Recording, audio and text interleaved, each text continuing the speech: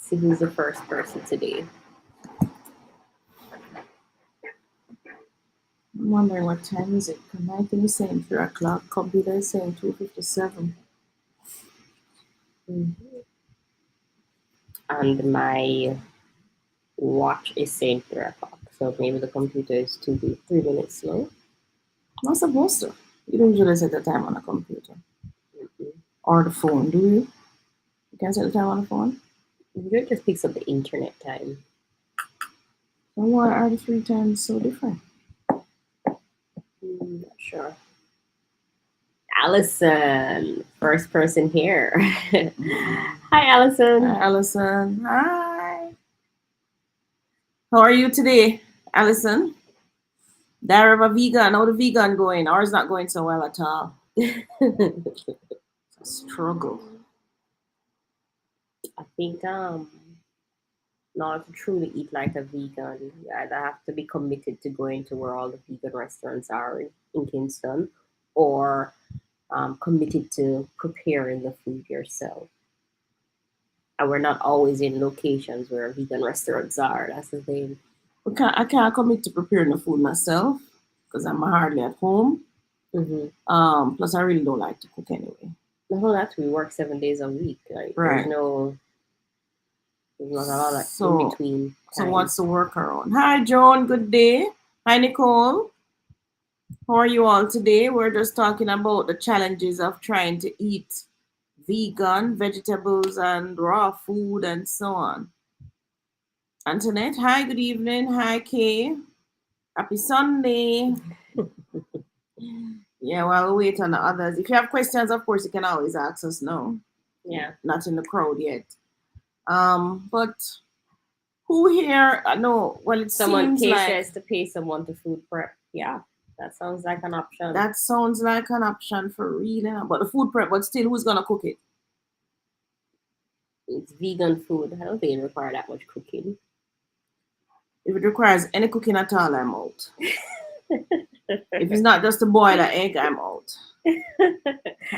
Oh, that's like the least work you could do. Oh, yeah. But I don't know. Vegan cooking is a challenge. Oh, Kay says sometimes it comes cooked. Vegan, doing great. I try to avoid restaurants. I just take apples and peanut butter. It's me everywhere. Apples and peanut butter. Must be foreign apples because we don't have local apples all year round. It's probably foreign apples. Apples and peanut butter. Peanut butter with what though? So is it that you dip the apple in the peanut butter, like dip the apple slices in the peanut butter? Hi, Joy. Thanks for joining. We're talking about vegan food right now. Getting some ideas of how to do this transition to eat vegan as opposed to flour and rice every day. Really. Because I do see people eat celery sticks with peanut butter. Celery sticks with peanut butter. Mm-hmm. But is peanut butter a vegan food? Well, it's peanut. So why not eat the peanut raw? I don't know. Because you could just eat peanuts raw. I guess the peanut butter is just for something nice to eat while you're not eating. You know. Mm-hmm. Oh yeah, see, she says, yeah, just dip and go, right? It would be a challenge. Apple and peanut butter all day. I don't know if I could function with that. Kay says they're gonna lab create meat in the USA, so she's vegan. And even that might be labbed eventually. Because we do produce these trees without seeds, right? So it's already engineered, right? Yeah. Oh, here's Kendrick. Boy, Miss Davis, you have to warn the people about going into business with family. My house money blow up because I can't family. Oh, gosh. Oh, gosh, Kendrick. You sent the money to a family member instead of a lawyer? What happened? Hi, Maxine. Hi, Zoe. Afternoon. Happy Sunday. Happy Sunday. Yeah, Kenrick. I know that can be a challenge. But one of the things you could do is if four of you going into this business, four of you open a company, right? Mm-hmm. And a company bank account and put it in there. But what would be the difference? Because all four kids still sign on a private account. But maybe you do it where there's two to sign or three to sign. But two can collude same way. So it's all four family. Yeah.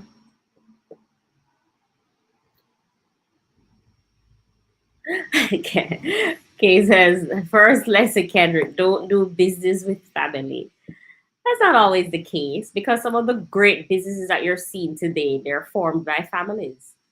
Yeah, but families, what kind of family? Kenrick probably talk. Kenrick, you sure that it's not your relatives you're going to business with? I mean, no. Jamaicans tend to call everybody family, but that the truth is you have relatives and you have family. Think about it. What's the difference, somebody? Who is your family and who is your relatives? And Bishop. So Kenrick says he got robbed by his family going into business with house with real estate. I'm not sure if it's real estate. He says invest in business venture and trust them to do the right thing. Mm. Kenrick, you need to join our book club. The richest man in Babylon teaches us how to handle that. Anybody here read The Richest Man in Babylon or was in the book club when we did it? We went at length through that chapter. The richest man in Babylon teaches you how to deal with family when it comes to money or friends. Don't have to be family, can be friends, can be close acquaintances, right? I view my lot at uh, I view my lot at Gore Camelot. It has a drop off. What if they don't build a retaining wall? What would you suggest? in terms of taking the house, not taking the house, what phase you're in. Remember, you're buying a cheap house, you know. Hmm. You're buying at the most, I think it's 20 million Yeah. or 21 mil. You should still take the house. Still tell the house one and then go put in a retaining wall. Mhm. Or don't put in a wall. What? I'm sure them put the house on solid ground. Yeah, So that's what I I'm really, saying. I mean, unless you really need to use the big backyard, then don't put in a wall. Just put in the little chain link and move forward. and if it's really have a big drop off, go over and put in the chain link. Yeah. Yeah. But I would still buy it. Have a big drop off. And then I would spend an extra 2-3 mil, put in the stone wall Hmm. But you can do that over time. or concrete. Well, I see them doing concrete wall, but I don't like concrete walls for a retaining wall. Mhm.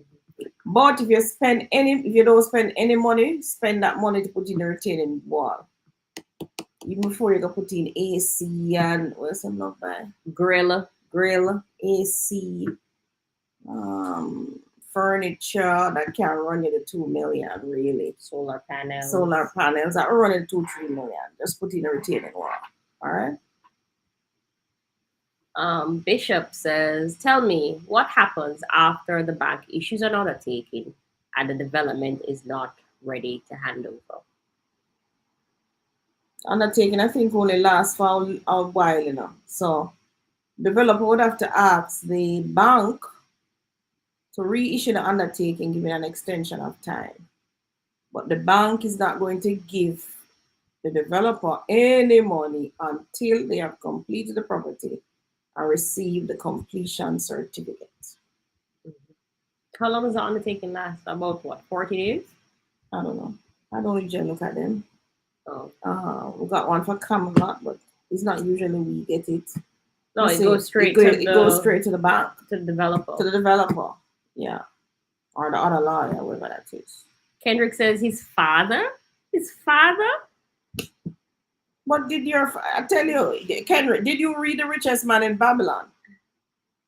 Because The Richest Man in Babylon will teach you that There's a story in there about, wait, where my richest man in Babylon, people? The story about the man who gave, was it a card? Who saved up his 10%.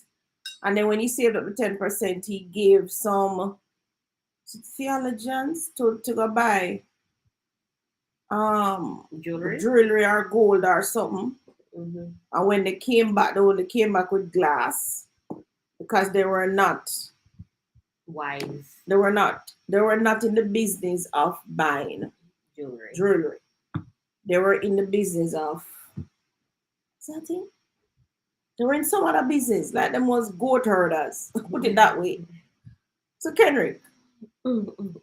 did you, if you followed the rules under the richest man in Babylon, one of the things we learn is, well, first of all, we learn before you part with the money, make sure your capital or your principal is secured.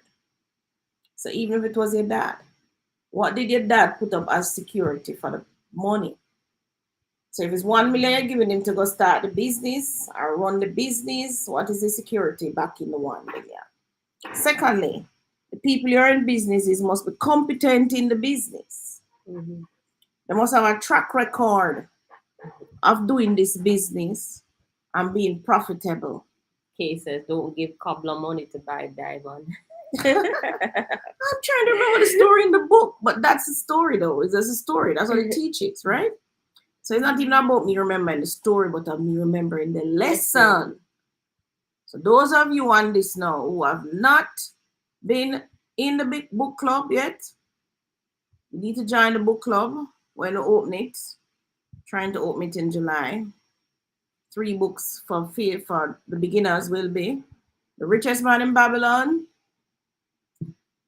Think and Grow Rich, Rich Dad Poor Dad. Those are the 3 books. I have the 3 books for phase 2 too, but part 2 too, but I can't remember them. And the titles. I need to get them. Next week I'll get them because you need to go and buy them. Mm-hmm. One of them I'm looking at the bookshelf, but I can't actually see the title because it's sideways. Something about how you calculate real estate investment money, your return on investment. One of them is about the stock market, investing in stocks in Jamaica. And the third one is Boss Moves. Trying to remember the author. Do I have it in front of me? But the first book, everybody just order the book. Richest Man in Babylon. Order the book. Order that book. If you have not yet read it, go onto Amazon. The book is cheap. Don't try cheap it out and go online and go read online. If you're my age, you need a book in your hand. That's the truth. If you're my age, you need a book in your hand, you need a highlighter, you need a pencil, you need a pen, you need a notepad. Right? Don't try cheat it out. Just cheap it out. Just go buy the book. The Richest Man in Babylon. Read it from cover to cover. Lessons in the book galore. Help you to avoid some of these things that, because guess what? The more things change, the more they remain the same. Right? From time immemorial, we have scammers, we have thieves, we have murderers, we have, you name it. Them are new. They've been here from before Christ. Yeah, but I think Kendrick just can't believe that it's his father. But if the situations don't add up surrounding the funds, based on the lessons in The Richest Man in Babylon, whether it's a dad, a friend, a stranger, the outcome will be the same. Kendrick said, read all the books. You did? I think I read all those books, Kendrick. If you have the book, then go back. You need to reread. Richest Man in Babylon. No, I tell you, we're reading the books. Because I read all of those books to one time or another. But let me tell you about the books. Well, Think and Grow Rich definitely says you're to form a group and go through this book with your group. Because the truth is, when you alone sit down and read a book, you miss a whole. When I reread Rich Dad Poor Dad with other persons is when I find, I said, well, how did I miss this? What he said. You understand? Because you're reading a book, but you're reading fluff.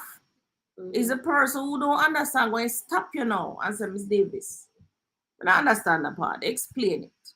And then it force you now To rethink to it. go rethink it, study it some more, fledge it out, So you can so you explain can it. explain it. So it is in going through the books, which is why I don't mind in the book club that I do the books over and over. Every time I go in the book, I learn something new. I kid you not, guys. And those of you who have read the book before and you've been in the book club before, join at the club again. You're going to learn something else new that you missed the first time. Right? So, Kenrick, you think you read all those books? Go and look back in your on your bookshelf, pull out back the books. Right? So dad don't have anything to sell to repay back the money. Yeah, or any assets. Like a car. Kenrick, so sorry. What a wicked father. Cut him off. Okay. Okay. Remember, who have the money should be wiser. Remember that. In order to have money, you must be wiser than the average Joe. So, if you make a con you, you're not wise. Think about it. It's like I see I'm at this restaurant buying lunch. See a man walk up to me. You know, I have $200. Can make me buy lunch? I look for him good. I say, man, I look strong. Why is he buying? Why is he begging? Anyway, I ignore him. I in a line. He literally asked everybody in the line who was going up to the cashier to cash something. So when some persons finish the cashier and them come out and them have them $100, $50, them hand it to him. Anyway, me watch him, me watch him what him collect. So I know him collect at least $1,000 already if he could have buy the food. But you know what he does? Every time somebody give him the money, he pass it off in his pocket. And he only showing the $200 that he has in his hand to buy the food. So everybody come up new, think, oh, got $200 I'm having their money now. Because he make sure him ask you when you're going up into the line, That way you think about him when you cash your food and not come back out, So when you come back out now, you hand him the $100, you gone. So you don't really see say input it in your pocket, But me and watch him. You understand? Everybody is not pay him no mind. Them want to go up in the lines and them turn them back to him. But me catch off sideways and me watch him. Anyway, my daddy, I'm come out of the line and I wait for my food. You know what man do? The man walked up to somebody at the front and say, you can buy me a food. No, how much $100 the man can carry them put in pocket? At least $1,000. Him say, man, I'm going to have $200 and him want a food. The man say, all right, me buy you a food. Do you believe so the man at the front buy the man a food? Buy my food. Buy my food. And I kid you not, I'm sure when he goes away eat that food, he's going to come right back there and hustle some more $100. So who is smart? I think that man is very smart.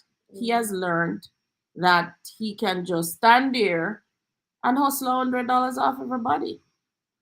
Right? So him is wise. Question, Tony. Answer, Maxie. What's the question? Question. If you're in the middle of purchasing land through your lawyer and you found out there is a mandatory mortgage registered on the title, who was supposed to know about it? Just as the name added. What's a mandatory mortgage? Not sure why I use the word mandatory. There's a mortgage, yeah. So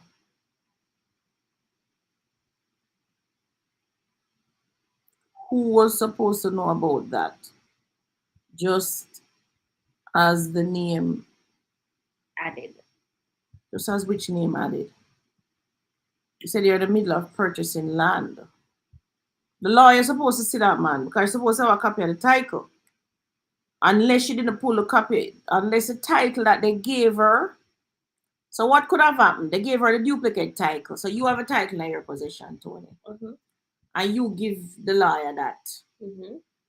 Not remembering that John Brown also on it, and John Brown maybe will get a last title and register a mortgage on the property.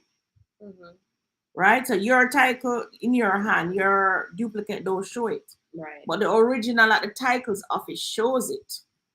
So that's what when they're going to lodge your name on the title now, them say, oops, and then pull the original. I'm say, oops, but this thing have a mortgage on it already. You said oops like it's not a big deal. Like Oops. Well, you can go and get that mortgage discharge if it is already paid up. Mhm. So you would contact the mortgage company. This is your attorney. Your attorney would do this now, or you can do it too. Well, no, you can't do it because you name it on the title. No. This is the seller who's selling now. Her attorney would now contact the mortgage company and find out if it's paid up. If it's paid up, lucky for you, all it needs is a discharge. So they will give you a discharge document and you take that to title's office and it's discharged. However, if it's not paid up, not a ball game now. So if it's not discharged, then the seller, the person selling, would now need to go pay up. Oops. Would now need to go pay up Or give the loan. Pay up mortgage, right? Or give an undertaking to pay it out. Yeah, or give an undertaking to pay it out when you pay them your money. And let's hope that what they're selling it for is more than Tony. I would hope so. What do you think? Think that out now there? I don't think I know what to put anybody's earring. Anyway, guys, I'm gonna lose that earring. All right, so I had in 2 different earrings. You didn't see that? I did not. That's why I got to make it drop out. All right, so yeah, you have to. It's not such a horrible thing. Just do the checks. Just take some phone calls. Yeah, and see why this mortgage is still on the property. What I do know, I sold a property to a young man. NHT gave him a loan, and I gave him a loan at what's called a vendor's mortgage. That man don't pay me the vendor's mortgage money. No, and this is how much years now? Couple years now. Maybe about 10 years? Maybe. So if he's trying to sell that property, he's going to find that my mortgage is already lodged on that title. So the same thing will reach him. He can't discharge that without me discharging the lien. So, and he has to pay me for me to discharge the lien. What he doesn't know is that all the interest is piling up. So as I'm saying in Jamaica, I'm not while him. What he also doesn't know is that mortgage that I've put on that title, which is called a vendor's mortgage, is an asset to me. So therefore, that asset is going to be on my estate. And it's my estate. Now I'm going to have to deal with Tony and Rachel. We might just tell him, say, listen, man, this is a whole heap of interest, so you have to pay and not give no leniency. So, but we'll see. But I'm sure he'll turn up somehow, somewhere. And that or his children. Or his children will turn up. That's what I'm saying at Jamaica. We're not wild, me, Tony. Mm-hmm. All right. The land's still there, you know. Yeah. You have another question? That's a good thing about when you go into business in real estate. In real estate. It's still there. Okay, yeah. Still there. Oh, Kendrick, you never tell us what kind of business it was. Was it a retail business? Was it land business? What kind of business you have? Taxi service. Yeah. What was it? Yeah. Where are we at now? And maybe it's an honest mistake from your dad. Maybe things just never go the right way. Yeah.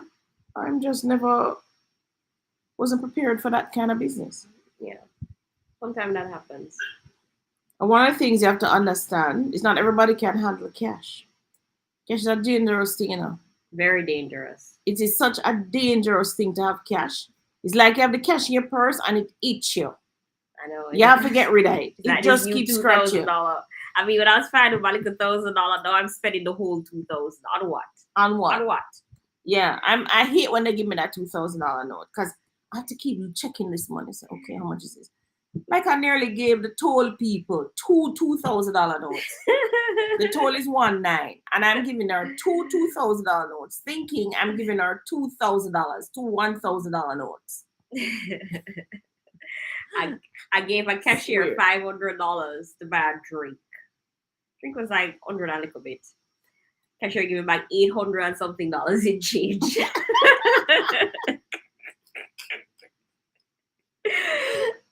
Like cashier give me too much money. No, them all get catching that money there so badly. It's not funny. You know what? She like gonna lose them shut off of the money they know. Mm. So guys, study the money. Every time you go pay it out, look on it careful. Check it back in your head. I'll use a calculator if you're not sure. Telling you. Maxine says yes, it is in the process of being discharged, but it's delaying my name being added to it. Yeah, I can understand the anxiety, but um the good thing is that the mortgage was paid off. Mm. As I say, it's not on the title that they gave the lawyer. That's why the duplicate title. Oh, setting up a garbage disposal company. Oh, Kendrick, you know. You know, I had a dream about that. It's probably Kendrick I was dreaming about. And I was talking to I used to work for a garbage company too in Kendrick. I was talking to my former boss about that today. This morning him called me early about it. Some decisions I'm trying to make. My former boss left that company from 2008. So you see how long? But garbage disposal company here, Kendrick, is a beating, you know. If you have driver, good driver, people to fix the truck, all of the mechanic, them with good gun of foreign, we're in trouble. Those are some of the things we're talking about. Not only that, though, that's the kind of business you have to be here to run. Yeah. You have to be here. You have to be here. But to get the business too, because it's some big people you have to talk to. But Kenrick, that capital outlay to do that. You couldn't buy a piece of land, Kenrick? Talk to me. Could you buy a piece of land? Could you buy a little Portmore house? Are you pay a little mortgage and rent it out? Are you just hold it and resell? Could it? Or is it that you want them to have cash flow every month? If you want your people to have cash flow every month, I suggest you set up and make them collect rent. Yeah. That's what you do. Make them collect rent. You know, because that is easier for them to do. Yeah, it's low touch. Yeah. Yeah. And even them knows of them for make sure the tenant pay the rent because them rely upon it. Yes, so them gonna make sure. Them gonna collect the rent every month. You don't have to fret about that. Them gonna collect that. So you have to yes, some businesses are intense, labor intense, brain intense. It take a lot, you know. I think garbage disposal is a big business to get into. Yeah. Even if it's just one truck you have and one driver and yourself, it's still a lot. It's a lot. You have to deal with a lot of moving parts. Yeah, it's a lot. Between the clients and the pickup and then to where to dispose of the garbage. That's a whole lot of issue. But at least you should still have the truck, so you can't sell back the truck. If you can't find a buddy. Or maybe that's where he got scammed in buying the truck. Or it sounded like he was just starting. Okay. We been buy a salad, as I'm saying. All right. So Harry says, why are all the houses in Jamaica are so expensive? Harry? Who can tell Harry what I think when he says so expensive? We use the word expensive. Somebody tell me, because I'm sure you have heard me talk about it. Somebody says, oh, that cup is so expensive. Oh, Miss D, the land so expensive. What's the first thing should come to your head?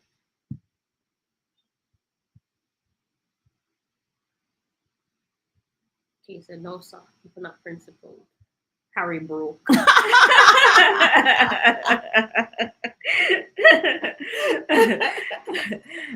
Harry broke. Okay, says focus on what you can buy. Yes. Harry needs to look at his budget. Yes. No, Harry. I learned this from my great-great-grandaunt, Dolly. And my father did kick me out of my box around the place all about sleep or catch a people yard all about. She was the one who took me in down at Kencut. Lucky she rescued me because I was supposed him kick me out the July just before I went to Wilma's in September, and I was supposed to do exams the following year, May. So she never actually got to me until about the March. So I only had about 3 months at her house before my exam. But she was a good aunt. This was second form? This was fifth form. Oh, fifth form. Yeah, it's fifth form. Because before the exams. Oh. Before I do the GCE and the CXC. Oh. So she took me, but she never really had no space. And me and her sleep on a bed in the same room and all of that. But she was a good great great aunt. She was 70 odd by the time I got to her. Well, he didn't get much time with her. No, I didn't. But she teach me a lot. She used to be a lady out of England. God rest her soul. She got her pension money. And every month we would go collect the pension at the bank because them time the money coming at the bank. Your bank and you go and you get it, right? Out of England. We change out the money and then give it to Jamaican and we go to the supermarket and she go pick up medication and any little thing what she have to do, right? Me and her. And when we in the supermarket or anywhere, I may pick up things and I look on it and I say, oh Dolly, come here twang like she know. Oh Dolly, this is so expensive. So expensive. She said, Claudia, you have no money in your pocket. You have no money in your pocket. If this thing was $1, it would still be expensive. You have no money. Yeah, and Dolly said, if even if the thing was $1, who said it's expensive? Harry, even if the thing was $1, you'd still say it's too expensive if you don't have the money in your pocket. Therefore, she taught me a very valuable lesson. And my mother kind of taught it to me too, because we used to go downtown and Sovereign was a supermarket downtown on Orange Street, can I tell you? And I always wanted to go in Sovereign because I go with my mother every Saturday to the market and walk up and down on the roadside and she buy a little this and that and all. You couldn't go in the store. Can't go in the supermarket. And I said, Mom, go in the supermarket. She said, no, can't go in there, so. Our money can't carry where you go there, so. We have AC money. No, money can't carry this, boss. You have to buy it down at town on the roadside. Pick up your one slippers on this right there, so. Right? No. Between the both of them, they taught me that one, always shop in the jungle you can afford. That's the first thing. So what you need to know what you can afford. And where your jungle is. So if you can afford this earring, so these earrings cost. Give them earring. I think I bought these from one of my YouTubers. One of my clients now, actually. Debbie. It was $1,500. But this is two different earrings actually. I don't. So this one is silver. I was actually wearing two different earrings. This one is silver. This one is gold. Put it out in the darkness. So $1,500 I think I paid. But I'm sure I could probably just run downtown and pick up this and maybe $500. Sold me for $1,500, no problem. But we can't afford a $1,500 earring now. Understand? But then we can't afford that earring from Debbie. I want to buy Debbie earring. I go down a town, jump on a bus, go down a town, go buy it for $500. You have to know the jungle, how much you can afford, and know where your jungle is. Know where it is. And you will never be disappointed. Never. You will never look at anything again and say it is expensive.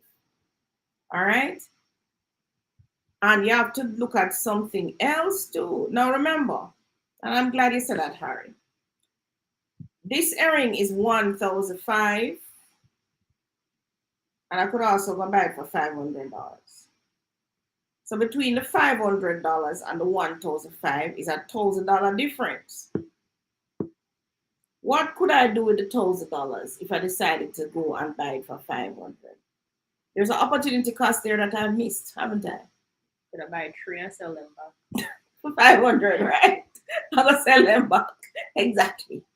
I'm sure I'm gonna find some people that will sell them back every for $1,500. So therefore, guys, you have to shop in your own jungle. You have to know where it is, and you have to be comfortable. When you graduate and you get everything is a step in. When you start at a Z, you start at A. So that a lot of persons forget when you become adults, you forget the fundamentals. I'm now teaching Xander, Xavier, ABC, and 1, 2, 3. I must start there. There's no other way to do it. Right? So when it comes to house buying, it's the same thing. You have to start with what you can afford. Right? So you buy what you can afford till you can afford what you want. That's the motto. Buy what you can afford till you can afford what you want, Harry. And let the inflation carry you and do what richest man in Babylon say. Earn more, study more, learn more, earn more. You learn more, you earn more. But Harry, I mean to tell you, the more you earn and the more you have to go learn. So you not get, lose the money like Kendrick. Harry says they are selling for more than the house insurance and the accent for us dollars. The accent. Let me Google typed it out for him. You're selling for more than insurance. What that mean? Who's selling houses not looking at insurance? You're looking at a buyer and a seller. Put it this way, if the house don't value that, nobody's gonna buy it. We'll sit there until the market catches up. That's what y'all do understand. And the market will catch up. Yeah, the market usually catches it up. So you may have an overpriced property now today, but in 1 year's time, the market catch it up. And it sells. Antoinette says, Claudia, I'm still hoping I can get a nice fixer upper for at least $8 million. I have some on Maxfield Avenue. You want to buy one of those? They're not there for $8 million? For 10. It's from Capital Alpha. Allison says, Tony, I double checked with the NHT and my VMBS rep, and I have to do a face-to-face with NHT. VMBS no longer doing it joint. Okay. Then jump out of the market the way I said. We can give you a JN. What's supposed to give you a JN rep on which other rep we can give her? We can give you a CIBC rep. And a Scotia rep. We can give you all three. So VM jump out of the market. I wonder why. Why? I don't know. We're looking for a fixer upper for $8 million. Where? That sounds like country place. Where like looking rural at? Manchester. Rural Clarendon. Or rural St. Catherine. Where are you looking at fixer upper? I'm gonna jump on the thing and say sometimes it don't even worth it. I'm giving just bill it. Buy a Palmetto Pines and build a house and go sell it. Kendrick says wanted it to retire him and use it to buy a few houses. But you're right. Simple land should have buy. Yeah. You should have just buy the land. Remember, everybody, you must secure your principal. When somebody comes to you and says, oh, I want to go into this business and I need $2 million, $3 million to start it up, and I can't give you back $100 and I can't do this and that. That's the first question I must ask. Somebody please tell me in the chat. In the meantime, Diana says, any cheap land at Slackerville? We have something at Slackerville. What's the cost again? You have something at Slackerville? Yes. Mount View Estate. Mount View Estate for, that's not cheap. Wasn't that like 7 million? 8 million. 8 million. That's not cheap. Palmetto Pines is cheap, 6.5 million. 6,300. Who asking for that? Oh, any cheap land at Slaggerville? No, them things, them days are done. And even if it's cheap, some rockstone or something you have to go deal with right now. But what is considered cheap? Cheap for everybody's relative. Yeah, what's cheap? Diana, what is cheap? Oh, see, Harry writes again here. They are selling for more than the house in the US. And they are asking for US dollars. Which house in Jamaica sells for more than house in the US? Comparative location for location. Which house? Where is that house? We're selling for more than a house in the US. Huh? So I can buy $1 million house. Claudia, St. Anne is being developed rapidly. I think there is need for a proper hospital there. What do you think? Yes, there is. St. Anne's Bay Hospital is the only hospital. But isn't it on the list of hospitals to be upgraded? There's a list of hospitals to be upgraded. The St. Anne's Bay is on the list? Let me see. The minister was there talking about it. There is. But you only worry about hospital if you plan to be sick. Or if you come in here sick. Well, we can have an accident as well. Well, you don't have to plan to be sick. But if you have an accident and dead, that's it. We can't do nothing about that. Not gonna save you. Hospitals to be upgraded. Let me just check that. Somebody can Google it too. Um, but yes, it needs an upgraded hospital in that area. They The do. population has grown quite a bit. Yeah, it does. And that hospital is right close, bop, smack, near to Draxall, which is where the redevelopment between Draxall and St. Anne's Bay, the Chinese them coming in Miami Bay.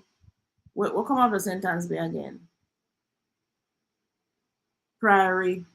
Yeah. The whole of Prairie they saw. New development they saw. Mhm. Go down to next stop would be Runaway Bay. Is it? No, Salem. Yeah, Runaway Bay. Yeah, man. Definitely need upgrading, friend. I Okay. agree with you. Cases we buy chicken coops in the US, England, and Canada, and don't want to spend under 300K for a nice brick house in Jamaica. Block and steel.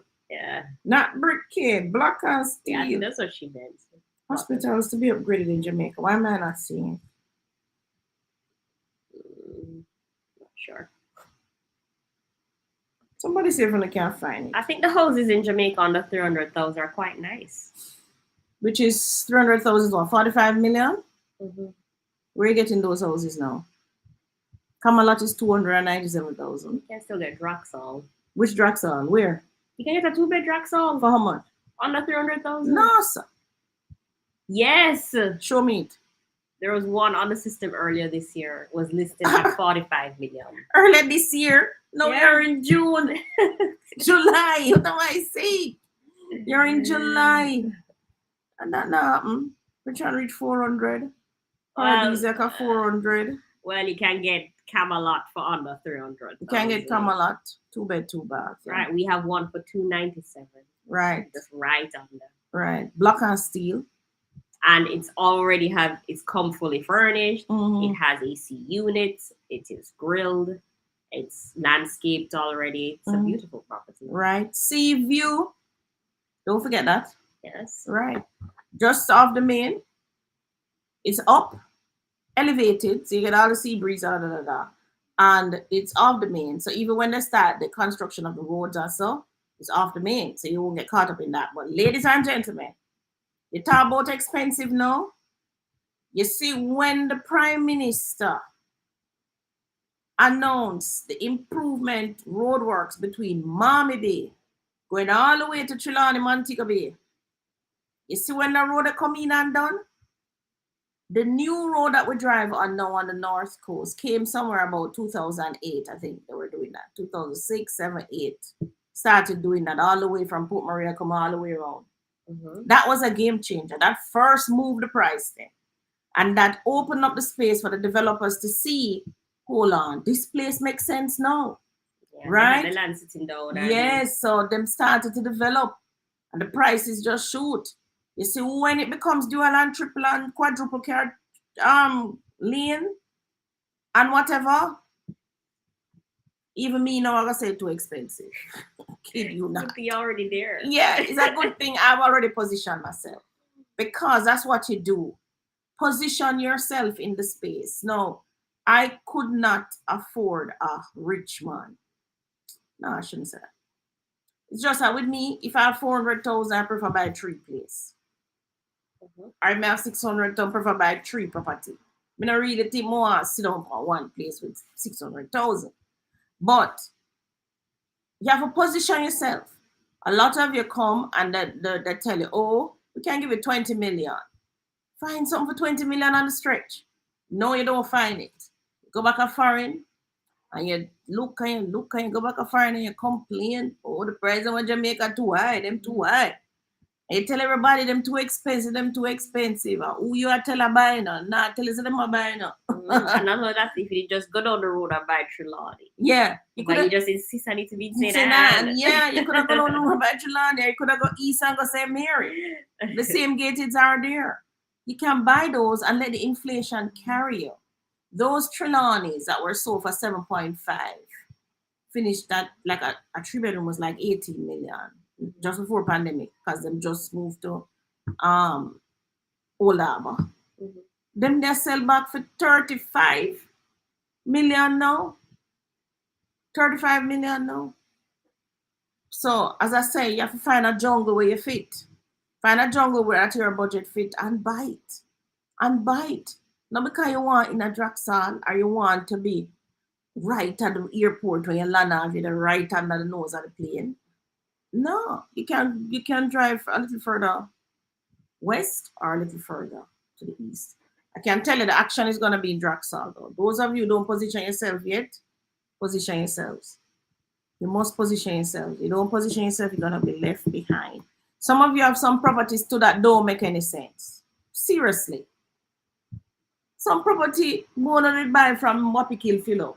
It don't make any sense to them, but it's a gold mine if you sold it and gave it to somebody who really want it's the right property for them. No. Yeah. So you can sell the property and put yourself in a better position with another property, right? So if you buy a Waterford, for example, seriously, I don't see any foreigner coming back here and going to Waterford to live. We have lots of persons want to buy Waterford. Yeah. That's what they can afford and they like Waterford. Yeah, it's close, easy commute. Yeah, so they like Waterford. It's close to the big shopping district. And them like the hype. Them like the sound system. Trust me. Them like the facts of them can just call Mary. You go down the road, buy me a food there. You know, I miss living in a community that has a shop. Yeah, me too. Seriously. I really miss it. Don't know far away to drive today just to go buy a box food. Come on. I'm saying, where are the shops in here? I will forget back in one of them communities. Ja. No, but all our life we've lived in communities with shops, and then what progress happening, you get shopless.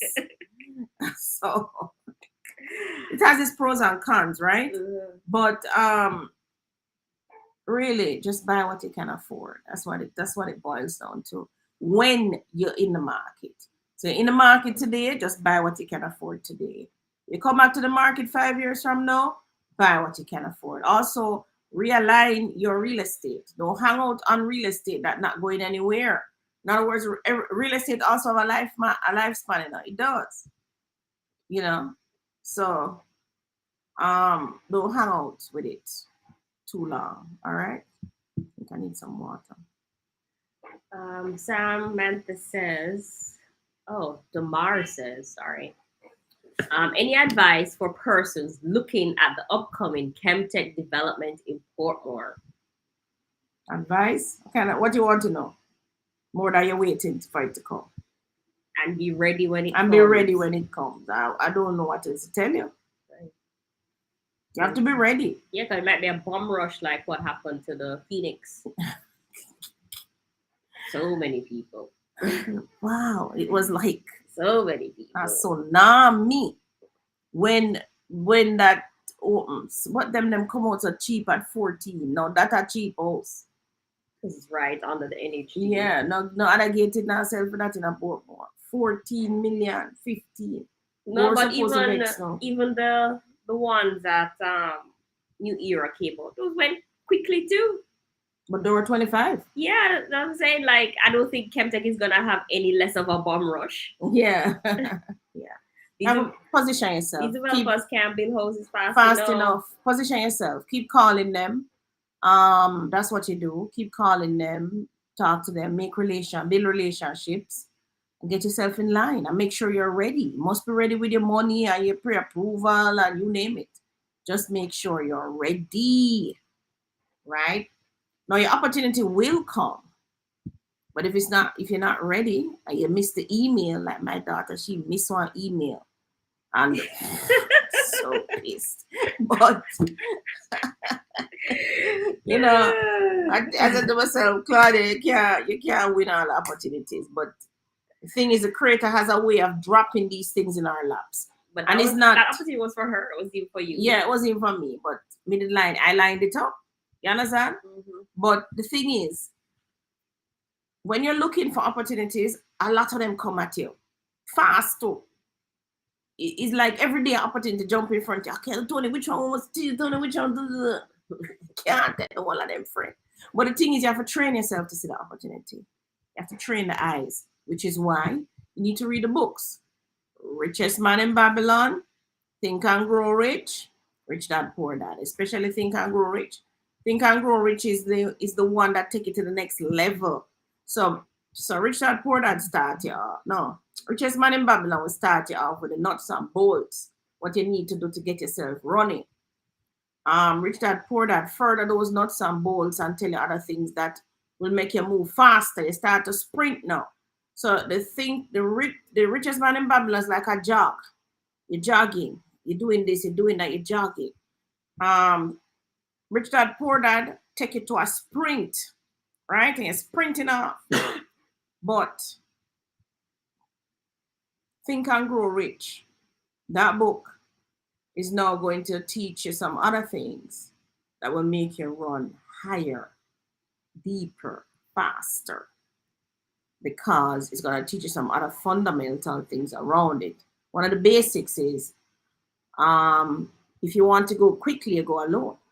But if you want to go far, you go with other persons, right? So that book, Think and Grow Rich, teaches you that. And you know, there's a book named Think and Grow Rich, not Do and Grow Rich. Sam says, Miss Davis, I need a cheap piece of land in St. Catherine. What is cheap? Cheapest I know now is Palmetto. Well, that's what I'm selling. That's what I know. Palmetto Pines, 6.5 million. What's your budget, Tell Sam? me what is cheap, Sam.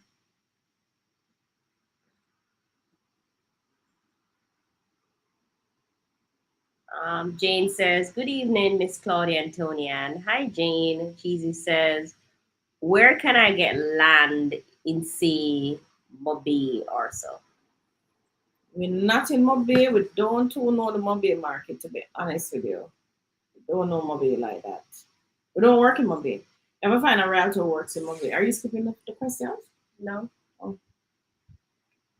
Harry says, when I Google for houses for sale in Jamaica, that's the price I see.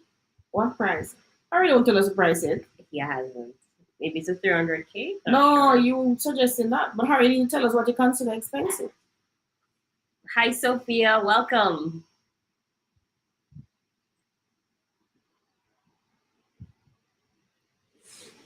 Beverly says, there is a 6-bedroom house in Goshen advertised for 45 million in JA. Goshen, that's St. Elizabeth, right? Okay. Sandy says, good afternoon, Miss Claudia. I'm looking for a home in St. Elizabeth through NHT. And what's your budget? You said through NHT. What's your budget though? NHT giving you 2 persons joining now can get 15 million. What is your scenario and situation? I think 3 persons can get 7.5 3 times 2 in a Tony. Yeah, but you have to be mother, father, children. You have to be really close family members, not relatives. Close family. What's the latest on Palmetto Pines? Tony, what's the latest? We're selling. You can look at the map. We're actively selling. You can look at the map. What's happening that we don't have the sale agreement not finalized yet, so we haven't sent out those for the persons to start. So we're actively reserving lots. We're reserving lots. So you still have time to get yourself organized, to get your mortgage pre-approval letter, your NHT letter, or anything else that you need to get to submit an application to us. And we have scoped out the roads, so you can actually now walk down the roads and so. But we don't scope out it. Waiting on the survey to come now and peg what a 3,000 square foot lot looks like and what a 6,000 square foot looks like. That's what we're waiting on too as well. Laura says, I wish I was getting this knowledge when I was younger. So young people, please take Claudia's advice. Lorna, tell them which one of the advice exactly. Tell me all of them. No, but which one in particular? I wish I was getting this knowledge. What's the knowledge, Lorna? The thing is, Lorna, young people don't listen. Somebody's screaming. That's Xander. What's your name here? I don't know. Young persons don't listen. They feel that they're invincible for one. That this can't catch them because they're smart. You think that's it?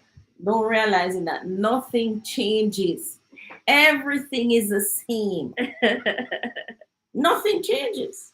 The world goes around and come back around. That's how the creator intended it. I think that a lot of young people feel that older persons talk too much about their mistakes, and they have this position where you're just not allowing them to live their life. Because I hear them They say, talk too much about the mistakes because I don't want you to make the same mistake. Right. And what's the second thing you said? you're not allowing them to live their life. I made the mistakes. Yeah. The problem is with making the mistakes. Invariably, the mistakes bounce back to the parent. Yeah, the mistake that you made bounce back to the parent, and the parent now have to go solve this mistake. Yep. Because the first line of trouble, you go to your parents. I mean, you don't even try and fix it yourself. Is that what we? Yeah. So therein lies a challenge with that. But I guess some persons have to feel it before they can experience it. The truth is, when you're in your 20s, you're full bad. You don't know nothing. You can't think. But there's too many other things happening for you to think. Right. And you tend to have a one-step thinking. I heard that term today from Rani, actually. One-step Yeah. thinking. So Rani says, okay, Claudia, yes, you have a one-step thinking. In other words, you have to think. Now, listen. All right, if I buy a car, earn 100,000, buy a car, pay 50,000 car note, I only have 50,000 left. That's one step, right? I need to put gas in it. I need to insure it. I need to know all of that. But that was your same issue when you bought your That's bottle. what I'm telling you. You don't have a two-step, three-step thinking. You can't think about one step. No, what Tony talking about? When I bought my first car, which is a 1970 VW Bug, I had one dead 50,000. I knew about the VW Bug because I used to hitch a ride with my friend Janice, God rest her soul, in the mornings, and she drove a VW Bug. So I said, "Yeah, mom, I can drive a VW Bug too." Save up my one money, used to sell my fabric. I'm save up the money. One dead 50,000. Saw a lady with the one in the paper. 1970 VW Bug. She was the first owner, little old lady. Buy the Bug. She drive it to my office. Pay her. That was it. Careful, like saving short. Then Need tire. I Need remember. gas. Careful, license insured. Anyway, I got insurance company to find out how much is license insurance going to cost. Lady said, first you need a valuation. He said, 1970 VW Bug. No, you need to go get that valued. Or what she used another term. No, it wasn't valued. It was another term. It's valuable. Now them check it out if it good. Got a place, man. The man put on the things that the thing need 4 tires. 4 tires, you know. And the insurance at the time was $15,000. No. 15,000. 15. I never forget it. $50,000 car. The insurance of $50,000. I'm gonna need something like was $1,000 for each tire or something like that. Well, I tell you, I come back to my office. I walk foot into the book park of my office under the basement. No, I remember when it was parked. Yeah. I come back to my office. Because I even asked how we're not driving it home. Sit down there quite despondent because my one-step thinking only got me to as far as buying this VW Bug. Well, I tell you, I had to drop my pride, pick up the phone, call my baby father at the time, Ricardo, my second daughter's father, and said, you know, I bought a car, 1970 VW Bug. Now I'm laughing because before I bought the car, I told him I had $50,000 and I wanted to buy a car. And his remark was, $50,000 cannot buy any car. You need to keep that and save up some more. Don't buy any car. So when me pick up the phone and I call him about, you know, about the car, and I actually need 15,000 for the insurance and about 4,000 for some tires. He said, you could hear a pin drop. The man that answered me at top. But you know, the good thing about me, I was in the army. We get good training. Mm-hmm. So I had learned that in negotiations, he who talks last wins. Mm-hmm. Oh, sorry, can I have some of your water? Mine is finished. Tony, text Rachel, ask her to bring some. So you could hear a pin drop, everybody. And I just sat there on the phone listening, and I could just hear him. He didn't say anything. I could just hear him in his head saying, "Tell this woman about the car. And I don't want to stress me about car." And only that too, when you book it to who gets the burden? And yeah, we'll get the bird. I must have to himself. And then he said, "All right, come for the money." So that was my one step thinking, cause in that, I tell you, a lot of young people only have one step thinking. At the time, I just had Rachel, so I was about 27 years old. But me only had one step thinking them time. And now in my age 50, me have 10 step thinking. Me can't think 10 step down the road, Mm-hmm. which is what a lot of young persons don't realize. That comes with experience, comes with age. I listen to elders. Yeah, the longer you live, is the more you're gonna experience some things, and the more you're gonna learn and come across other things that other persons have experienced. So it is the experience, the longevity of your life that give you some wisdom, right? And the experience, which is why young people, you need to sit at your mother's feet, your father's feet, your grandfather's feet, grandmother feet. Learn some things, your auntie feet, all them people learn some things, right? So that was me and my one step thinking. A one step thinking don't make you have money here. You need more than one step thinking if you have money. If you have 10 steps down the road, what you must know what happen down the road 10 steps I from know this step. because if Richard's dad didn't save you, you would literally have to just sell back the bug. You want to sell it back, man. You don't forget wise. No, I wouldn't sell it back. I have to get wise, you know. But yeah, he saved me with the bug. I tell you.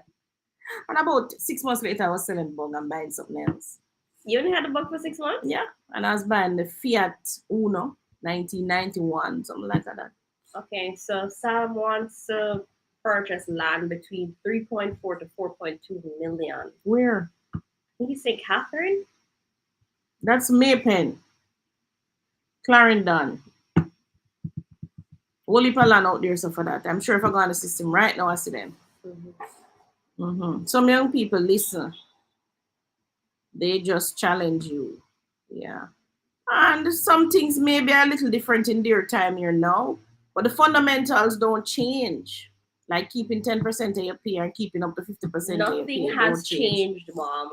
Absolutely nothing has Yeah, changed. no The change. only thing that has changed is this.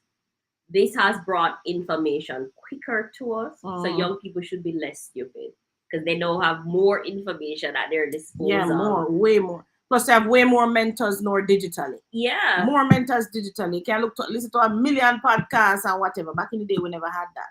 So they shouldn't be so stupid. I agree. Question. See, I have a read that, Tony. Question. Say I have a family house, fully paid off, and have investment property. So that's two different properties.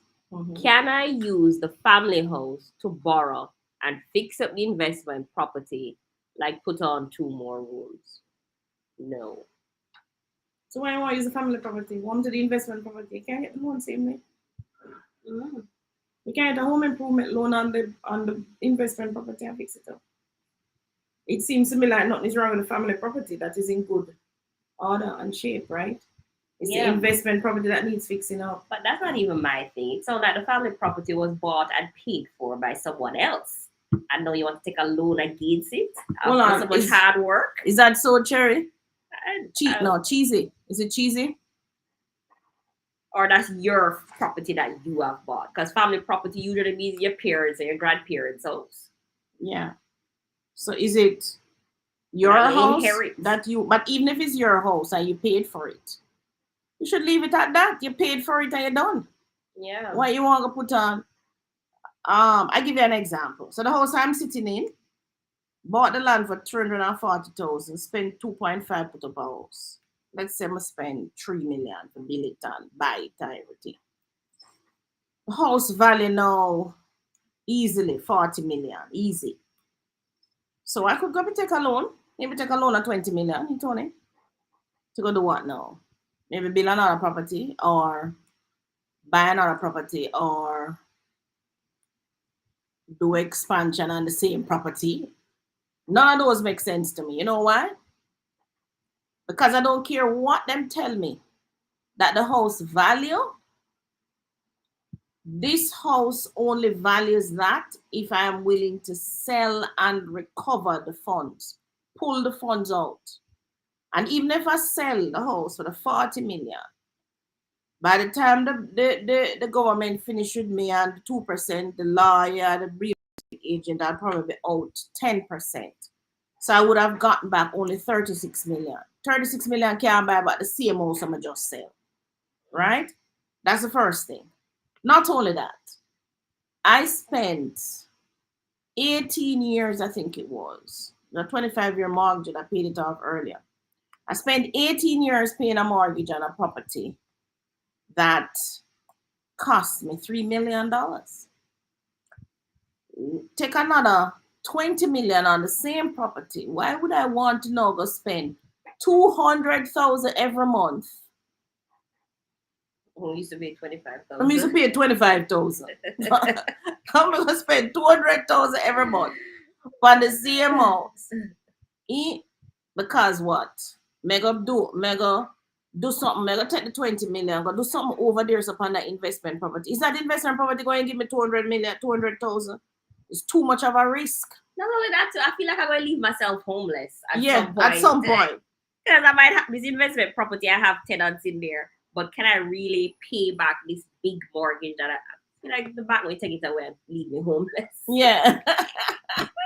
I don't know. I don't take those type of risks. I'm very risk adverse with stuff like that. Me too. No, seriously, I teach my kids that. I'm risk averse with that. Family home, leave it alone. The best thing you can do because someone will need somewhere to live at some point. Mm-hmm. And if you already have a property that is fully paid off, yeah, no bank can talk to you. Yeah. Suppose I turn of events something tomorrow. These banks decide, damn, I'm gonna put the interest rate at not 50%. COVID and investment property, you can't find nobody to go in it. Yeah, no tenant, no fee. So who is going to pay the mortgage? Or you break your foot now and you can't pay $200,000 in a mortgage again. I would be tempted to do that investment property out of cash. You have to find the cash. If the house is fully paid off already, you must have cash that you can use. Or you can take a short-term loan where you don't give them any collateral. Yeah. Don't give them any collateral. Or you do one room instead of two. Yeah, you do one room instead of two. One collect the rent. Use that money, pay that thing, and you go again. Find a way. Or you get everybody else to come together. Put your money, throw a partner together in the house and do what it needs to be done. Say maybe over a year, right? But that way you're free and clear.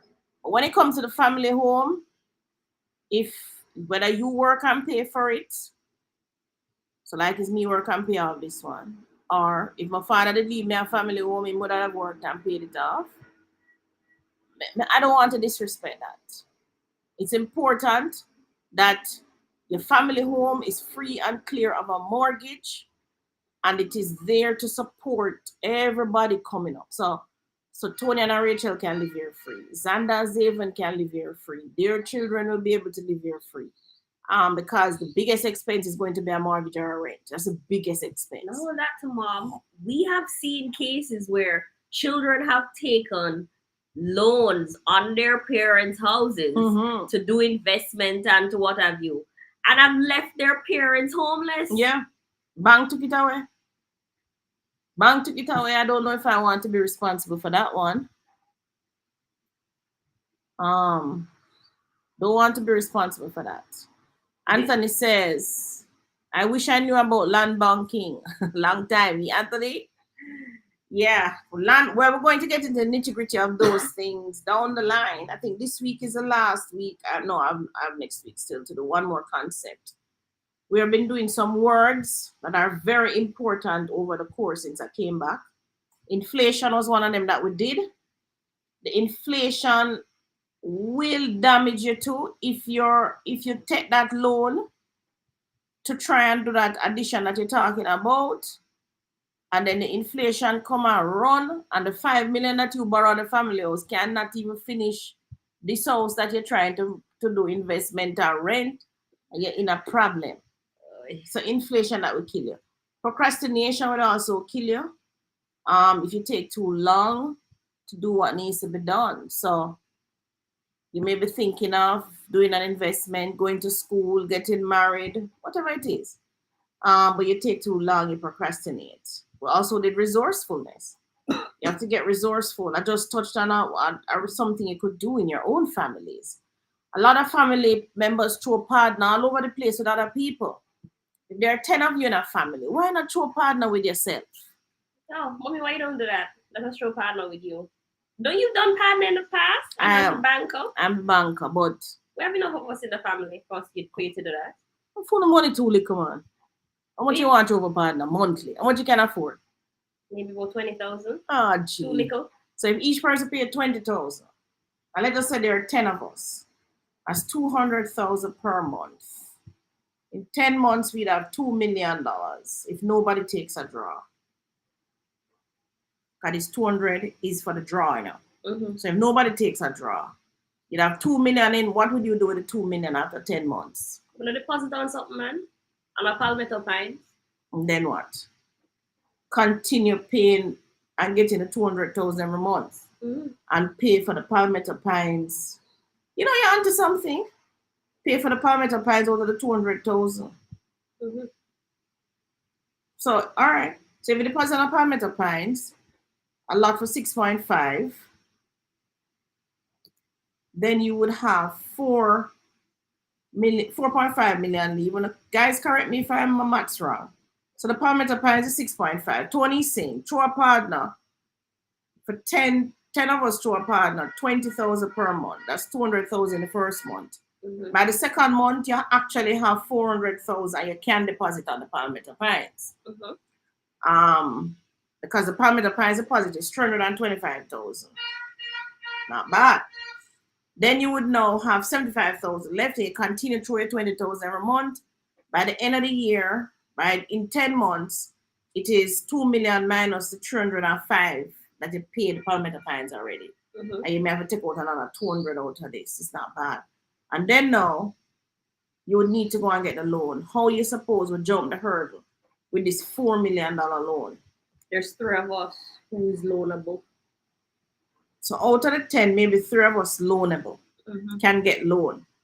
All right, so we'd approach a bank with the 3 persons to get the loan.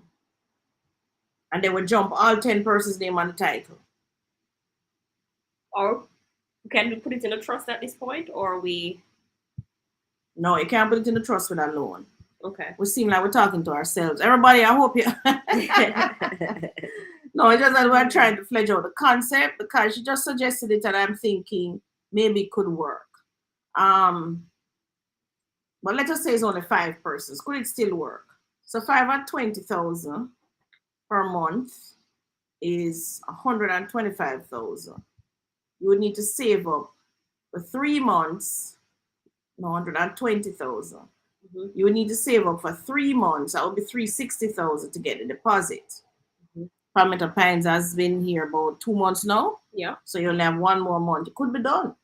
Then you said 3 out of the 5 might be loanable. So you go and get the loan. You're still collecting 125,000 a month, 120,000 per month. Because when you think about it, each of us probably can get 6.5, but each of us can get $1 million or $1.5 billion loan. Right. For those of us with small paychecks. Mm-hmm. And together we can still buy the property. Mm-hmm. And we can still develop it over time through the same partner money over the years.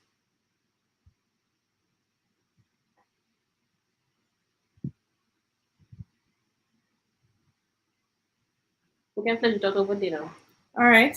Flesh it out over dinner. Guys, flesh that one out over dinner too. Let's see. They said they're So, following. are they following what we're saying? Yes. Um, yeah. Yeah, So they're saying family partner sound good. the family partner. That's another thing we're gonna do. We're gonna do working together in teams. So this would be a team effort. The book Think and Grow Rich talks about the mastermind group.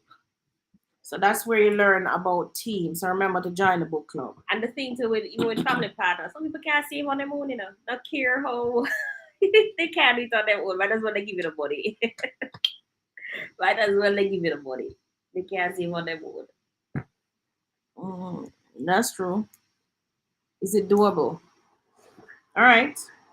I'm still thinking about. I need to get back to YouTube live mode. Mm-hmm. You want ask Rachel for the water? I did, but I think she's here with the boys. I don't think she's gonna really see the message. Send it to Brent. Maybe he'll see it. All right. Need for a proper hospital there. Yeah, we did that. So, guys, tell me what you think about the family partner. What you see working? Is it something that could work? You buy the investment. I kind of like the idea, with the Palmetto Pines. You don't forget the loan.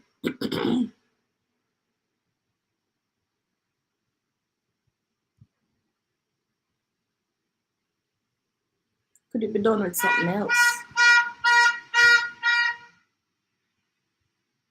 Are you say Palmetto Pines because it's a small enough property that can Mm-hmm. realize in the short term, and would this property just be strictly for investment for us to resell or to build it up for rental? It's strictly for investment. Yeah, but we live already somewhere already. What about family members who don't live anywhere? And that's a good place to start, somewhere to live if they don't live anywhere yet. But then they wouldn't see this as their house because everybody's partner money is in this house. So we need to be able to separate that somehow. Um, what do you mean? So you'd get 5 family members. 2 don't live anywhere. 3 live somewhere. Oh. These 2 come in the partner and then buy this property, Palmetto Pines. Mm-hmm. But this is their only property that they have their name and a title. But they don't own any house. If we continue to invest and build into that house, it will now be seen. It's gonna be seen as a 5 hours property, Mm-hmm. not them as an individual. Okay. That's an issue. It's not an issue for me personally if I'm a family member who own more than one property. But will it be an issue for a family member who doesn't own a property yet?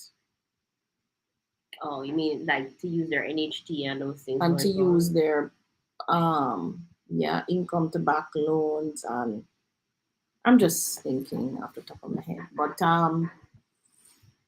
need to get back to YouTube live mode. So everybody, I need your comments on what you think on the family partner and um how it could work. All right. Ah. Oh, Brent got a message. Thanks. But we need more than one or two. Get the joke. Yes. Thank you. All right. So I'm gonna reach. I care about the joke. All right. Where reach doing? Hold on. We lost the scroll. What would they Lorna was invest saying in? all your real estate knowledge. Oh, okay. Thanks, Lorna. Mm, So the family partner people would only invest in real estate. Would we invest in bonds? we can do bonds. Would we invest in stocks? We could do stocks. Treasury If bills? someone in the family knows stocks or the family willing to learn stocks together, we can't just put down the money loosey goosey in stocks. Yeah, that's true. Because you can put down the money loosey goosey in real estate, but not stocks. Sandy says, I went to the office in Santa Cruz. They said I can get at least 6.5, but I and my fiance will join together. We both work at Sandals. We're trying to look one for at least 10 to 12 million. Okay, wants to buy a house for 10 to 12 million. In Santa Cruz. Mm-hmm. Would have to look. Maybe. Here. Can't do it here. Thanks. Thank you, Brent. All right, so 10 to 12. Mm-hmm. Where did I see NHG bringing out some houses? Was it Luano? No, that was land. Somebody sent me something. Was it my daughter Rachel? Let me see. I think it was. About some housing scheme coming up. That's 10 to 12. It was Rachel. That you can actually is a 1 bedroom, I think it is. Is that close to them? Where are they? St. Elizabeth.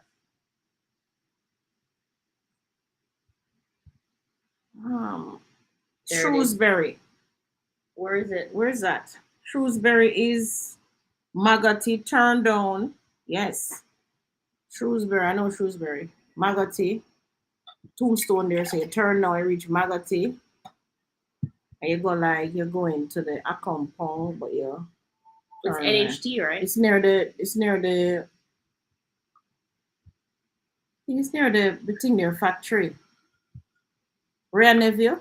The Cane factory, Rare Neville that sell rum. Appleton. Estate. So seat here. 1 bedroom for. Where's the price? 10. It's only 18 units. Only 18. Wow. So they have 18 studios at 10.09 and 14 1 bedrooms at 12.27. That's not a lot of houses. That's not a lot. But apply for one of those.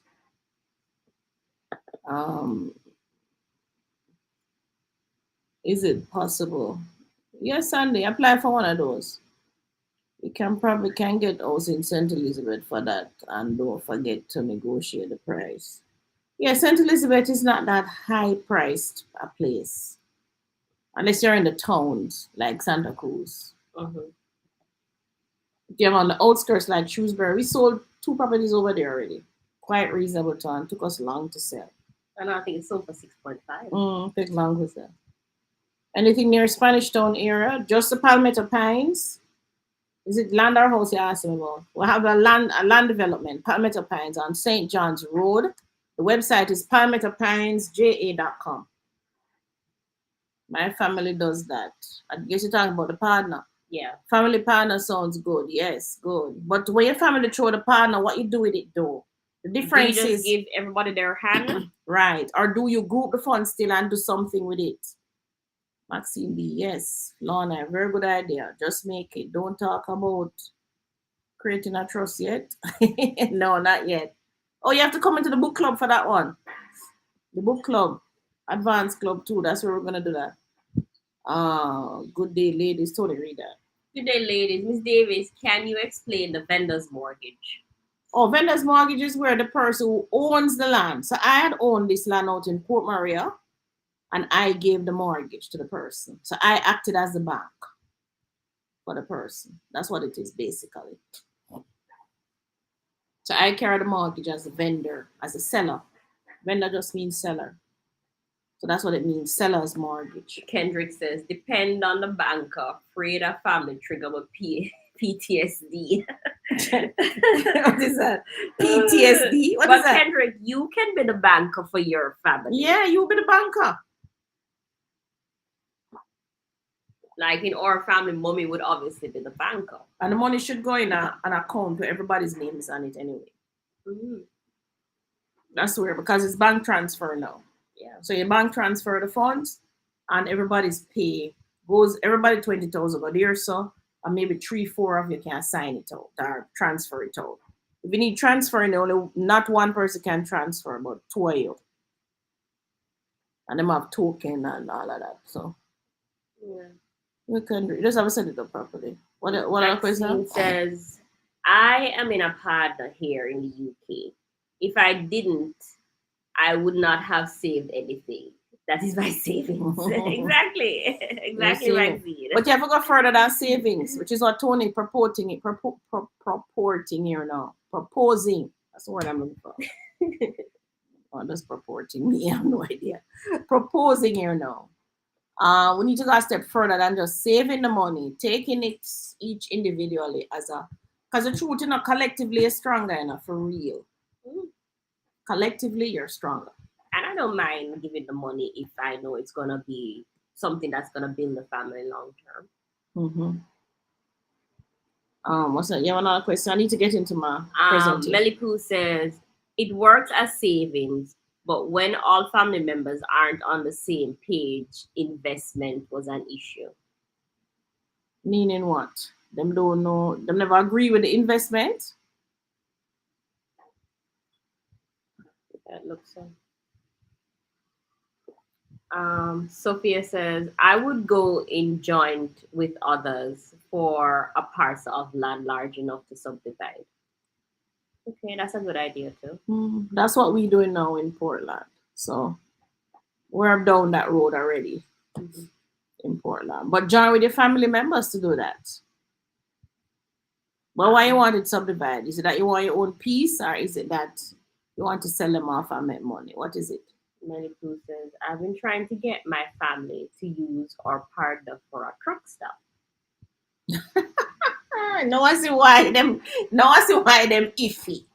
Is it that you're going to own the land for the truck stop?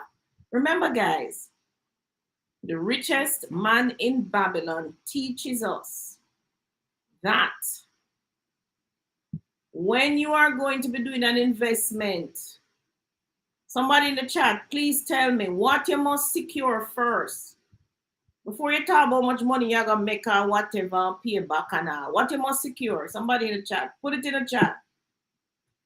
Richest man in Babylon teaches us that. That's why you have to join the book club. Without the book club, you're not going to have the wisdom. Melipoo say yes, definitely own the land. That's who was suggesting it? Yeah. Right. The principal. Who said it? Precious. And Kay. Yes. Yes. You must secure the principal first or the capital. So you must know that. We save up together as a family with partner $2 million. Right? 2 million going into investment now. What is going to secure it? What is the 2 million? So you'll give up 2 million and what you want to get back. You must have something to secure the 2 million. Right? So as Tony says, maybe bonds, stocks. Stocks are iffy because that stock's not secure principal. You wake up tomorrow morning, the stock dead. Your 2 million gone in the ear. Yes. Family members will have to really know the stocks. And even some in the trust it because you don't have control. Right? The only thing investment I trust because you have some level of control is the real estate. So the 2 million that you're going to be investing must be backed by the real estate, which is what is securing your principal. So if everybody decide, oh, Chum, can't bother with this, what you do? You sell back the land and your 2 million is there, and you take it out, give back everybody the money with the interest want to make off of the land. That's it. Kay says I prefer land stocks, rough, bad. Yes, rough, bad, rough. You have to have stamina, friend. Every morning you get up, you have to look at the stock sheet. Every night before you go out, you pray so you wake up tomorrow and you see zero. Okay, so land will be there. Land will be there. So I don't say the problem in buying the truck stop. You can buy the truck stop and you can lease it out for somebody else, operate business on it. That way you're collecting rent. That's all. You don't have to run the truck stop. So think about it. Truck stop would be nice though. We should have more truck stops in Jamaica. Right. You have any more questions? Let's get in the presentation. You finished with the questions so far? All right. So we're gonna get in the Case the stocks gave me insomnia. It's not for the faint. You can't sleep, man. You cannot sleep. You get the best sleep when you own a piece of real estate. Can I tell you? Worse if it's real estate are bringing money. That too. But everybody, I think we're onto something with the partner.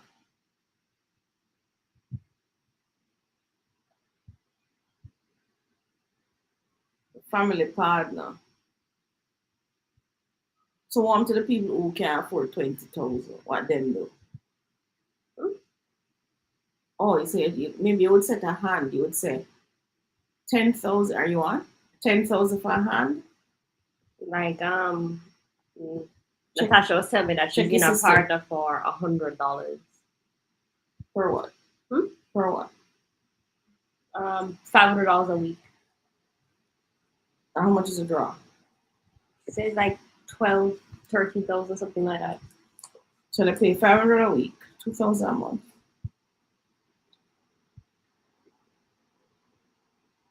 Don't sound like it's only for them in the partner. Can't be 13,000. Must be more than that. You only have 30,000. No, it says 13,000. You get like $100 in the partner. Oh, $100 a week, something like that. She said the hand is like 13,000. She said that she used it like if she needs to pay like anything emergency. And again, that's not what the partner is for. Gee. All right. Melly Poo says, invite me into your family. Melly Poo is a girl or a boy? I don't know. Melly Poo, you're a girl or a boy? I'm thinking about it. Don't sound bad. It just have to work out the parameters around which it can work. So if you have, so what if persons want to do more than one hand? All right, so Tony's gonna check and make sure now that you're all seeing the screen. Tony said, of course, I'm struggling to get back into YouTube live mode. Why? Because the partner thing keep rolling up in my brain. Oh. So I want to get into the presentation. So I'll focus on that. And yes, they're all seeing the screen. Go ahead. All right, so welcome everybody. Those of you just joining us, I'm Claudia Davis. Thank you for joining us for the first time. I'm a real estate broker in Jamaica. So I handle sales, rental, lease, and auctions, but I prefer sales. So if you have a house to sell, then you can give me a call. And my number is 292-6776. Tonian is with me today. She's a real estate salesman in the areas of sales, rental, and lease. And her number is 370-8138.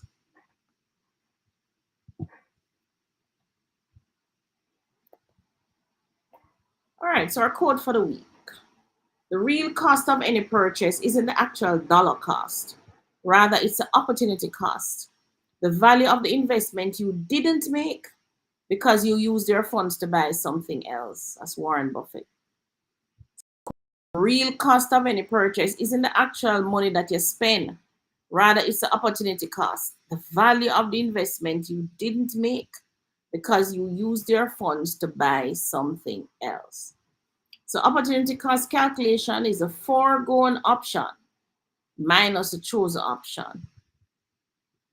So the foregone option, you could have bought a Palmetto Pines for 6.5 million, and 2 years down the road, you sell it back for 8.5 million. Instead, you chose to buy a brand new car for 6.5 million. And when you sell it back, you get 4.5 million. What was the opportunity cost? The foregone option, which is a 2 million, minus the chosen option, which is a minus 2 million. The 2 million minus 2 million is what? A 2 times you're going to lose, yes or no?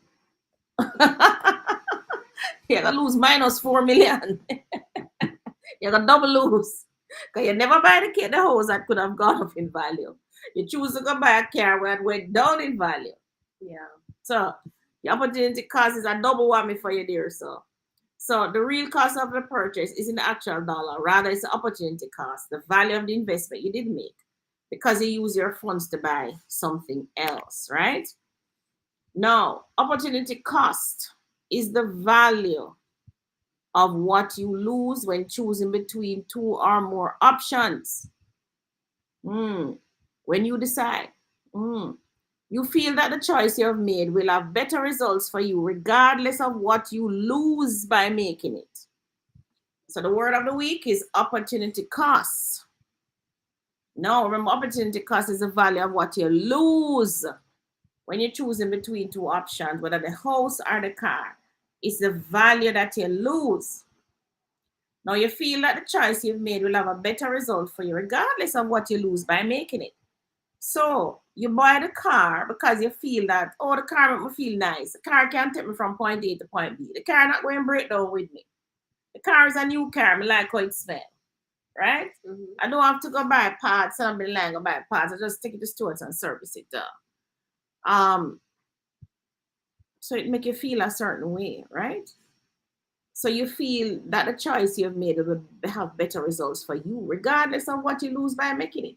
So you lose buying a Palmetto Pines. So you said, "Chow, the land don't make me feel, don't make me give me the same. What's the word? Satisfaction as the car, right? Mm-hmm. Which I guess is why a lot of persons prefer to buy cars over land. You can't show off in a land. All right. Nobody knows you own the land anyway. Now, the alternative definition, opportunity cost is the loss you take to make a gain, or the loss of one gain for another gain. That's even if you make a gain. Right? Is the loss you take to make a gain, or the loss of one gain for another gain. But in the case of the house and the car, are you making any gain with the car? The gain is superficial. The gain is just in your head. It's not a real dollar gain. So that's the definition. Now, in opportunity cost, you also have explicit costs. So you have hard out-of-pocket costs. That's the money a person spends. Those are implicit. Those are explicit costs. The money that you actually spend out of your pocket, that's the explicit cost.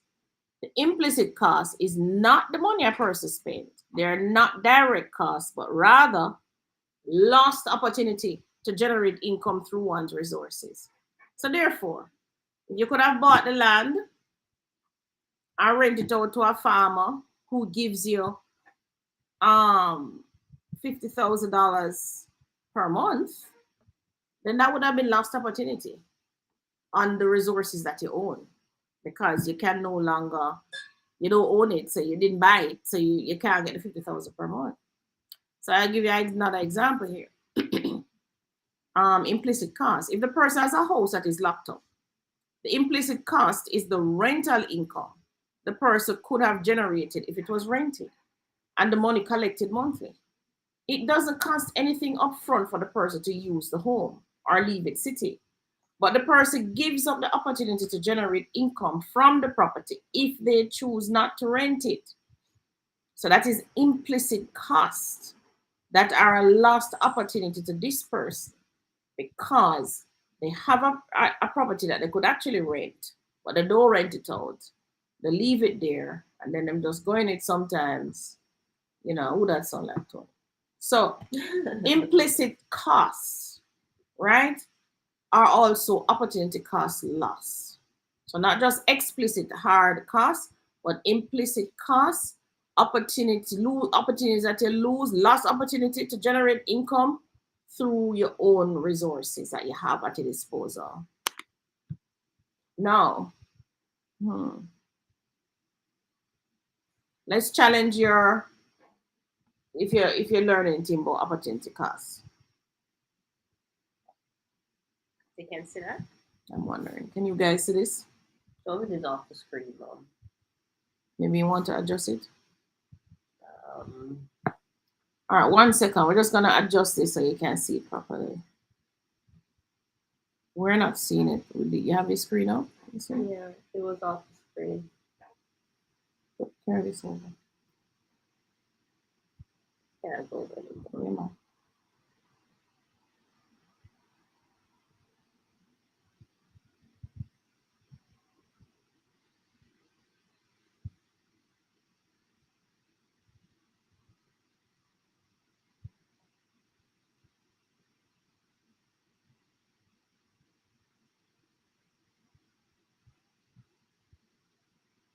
Like that?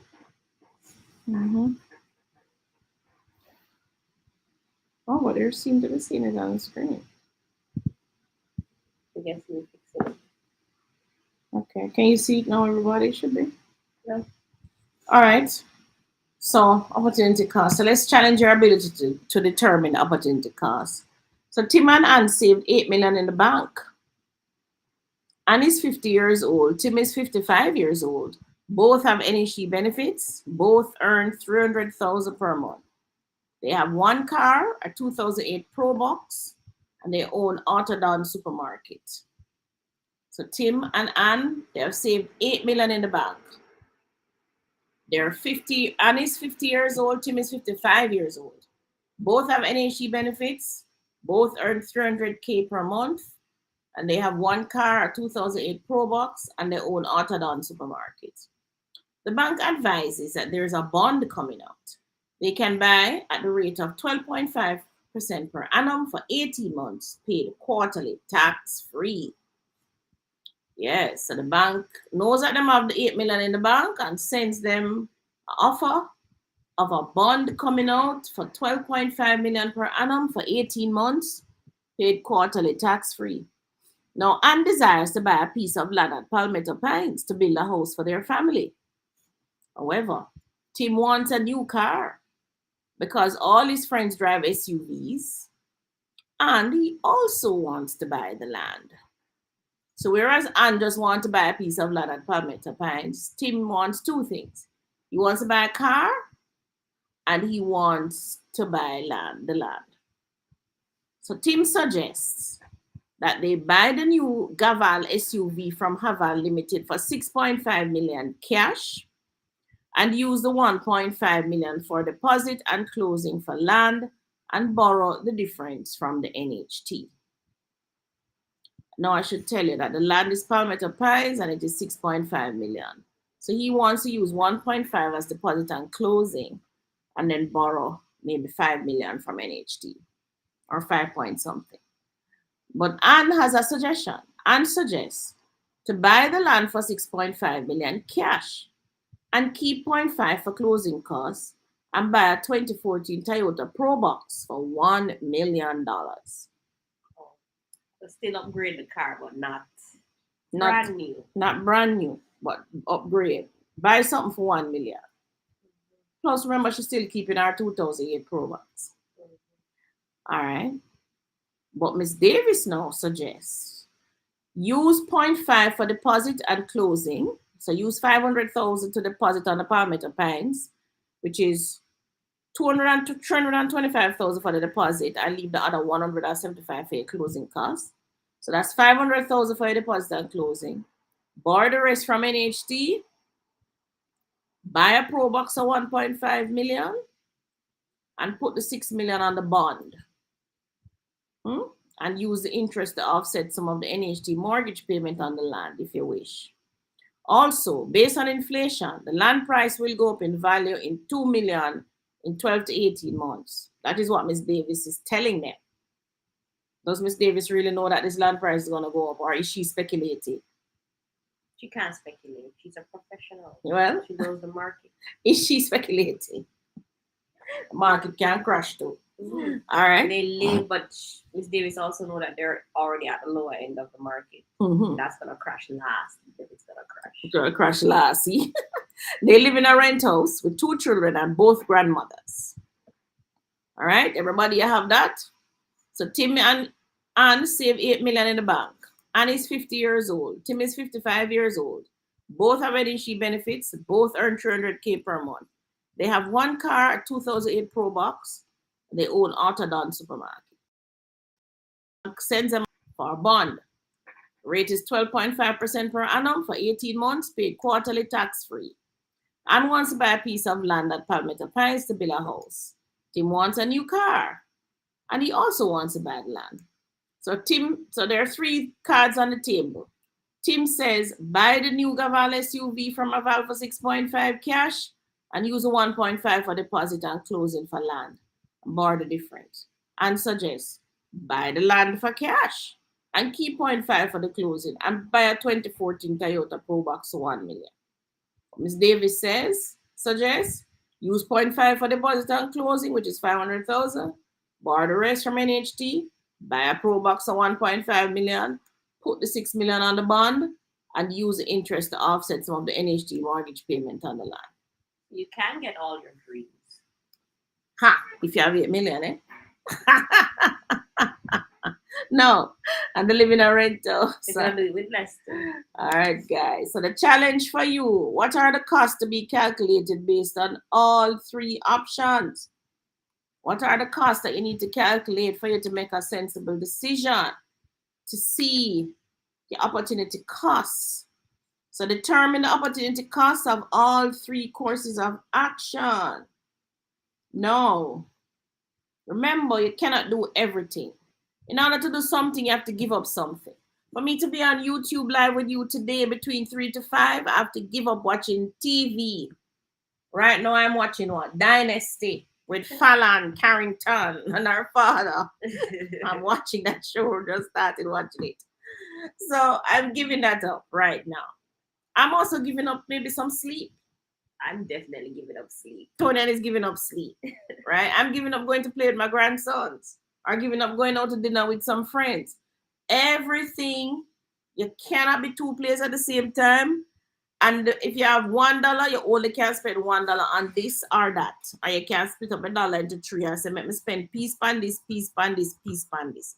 But you can't spend the whole dollar on a car and still have the same dollar for go spend on a house, right? So you have to make a decision and you have to train yourself to make decisions along the lines of what is the best possible decision I could make on this. One of the ways to do that is to calculate the opportunity cost. In other words, what would you lose if you go this way or the other? Because that's what opportunity cost is, What would I lose if I choose this over this? I know, like, my biggest opportunity cost each morning is just to wake up. Like, I would love to be able to just wake up at 7 a.m. But I know I have to get up between 4 and 5 a.m. because there's a lot of things that gets done between those 2-3 hours that if I don't do it, the rest of my day goes downhill. Right. So you have to give up the sleep. I have to give up the sleep. And you're going to give alternate courses of action. So there are 3 things you need to think about.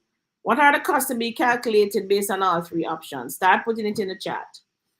What are the costs that we need to calculate based on all 3 options? What do we need to know? Determine the opportunity cost of all 3 courses of action. What's the opportunity cost of all 3 courses of action? And give alternate courses of action. So what else could they have done? They have 3 options in front of them now. Are there more? Maybe. Think about it. All right. Palmetto Pines, we did that already. National Land, we did that last week. We had something else to do, but we're running out of time. So we're going to go back to the questions. Yeah, what, 10 minutes? We have 10 minutes. I just want to see what you think about this, and then I'll go through the answers with you. But go back to the chat. Let us see. The answers are on the screen here? No, the answers are down the bottom in another slide, but I want to see the chat first. Okay.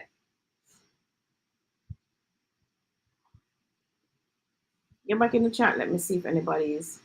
So tell me, what are some other things we need to calculate? What have you learned about opportunity costs?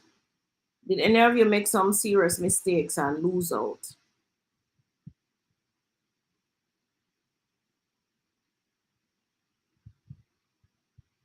Oh, Melly's it's Melissa from your Portland group.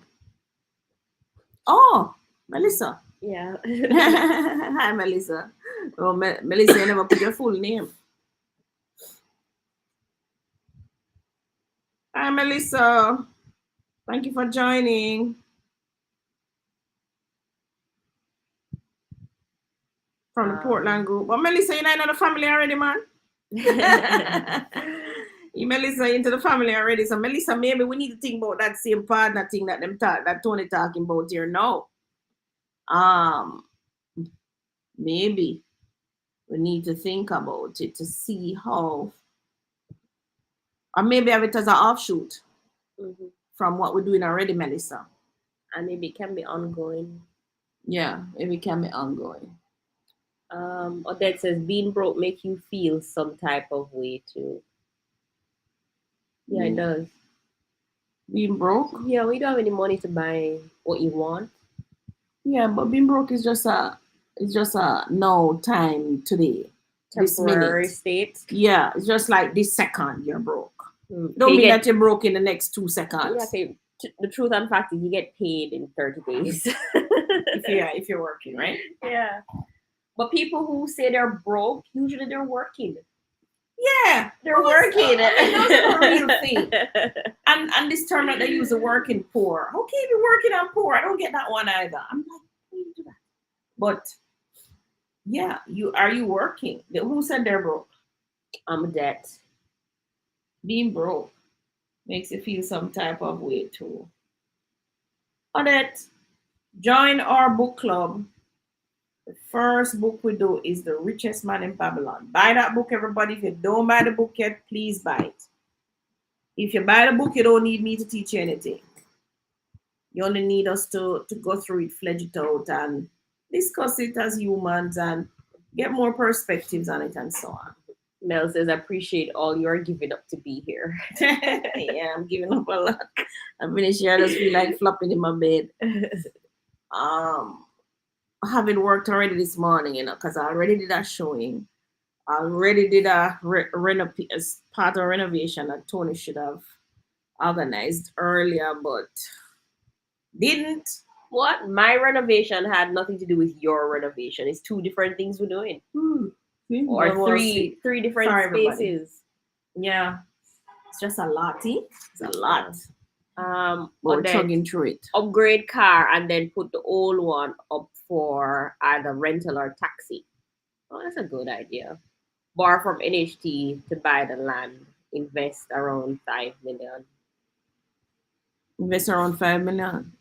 So upgrade the car. Oh, sell the old car.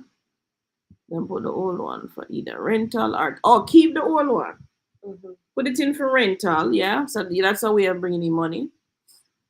Upgrade. So you would spend out of the 8 million. So like you're spending 2.5 million.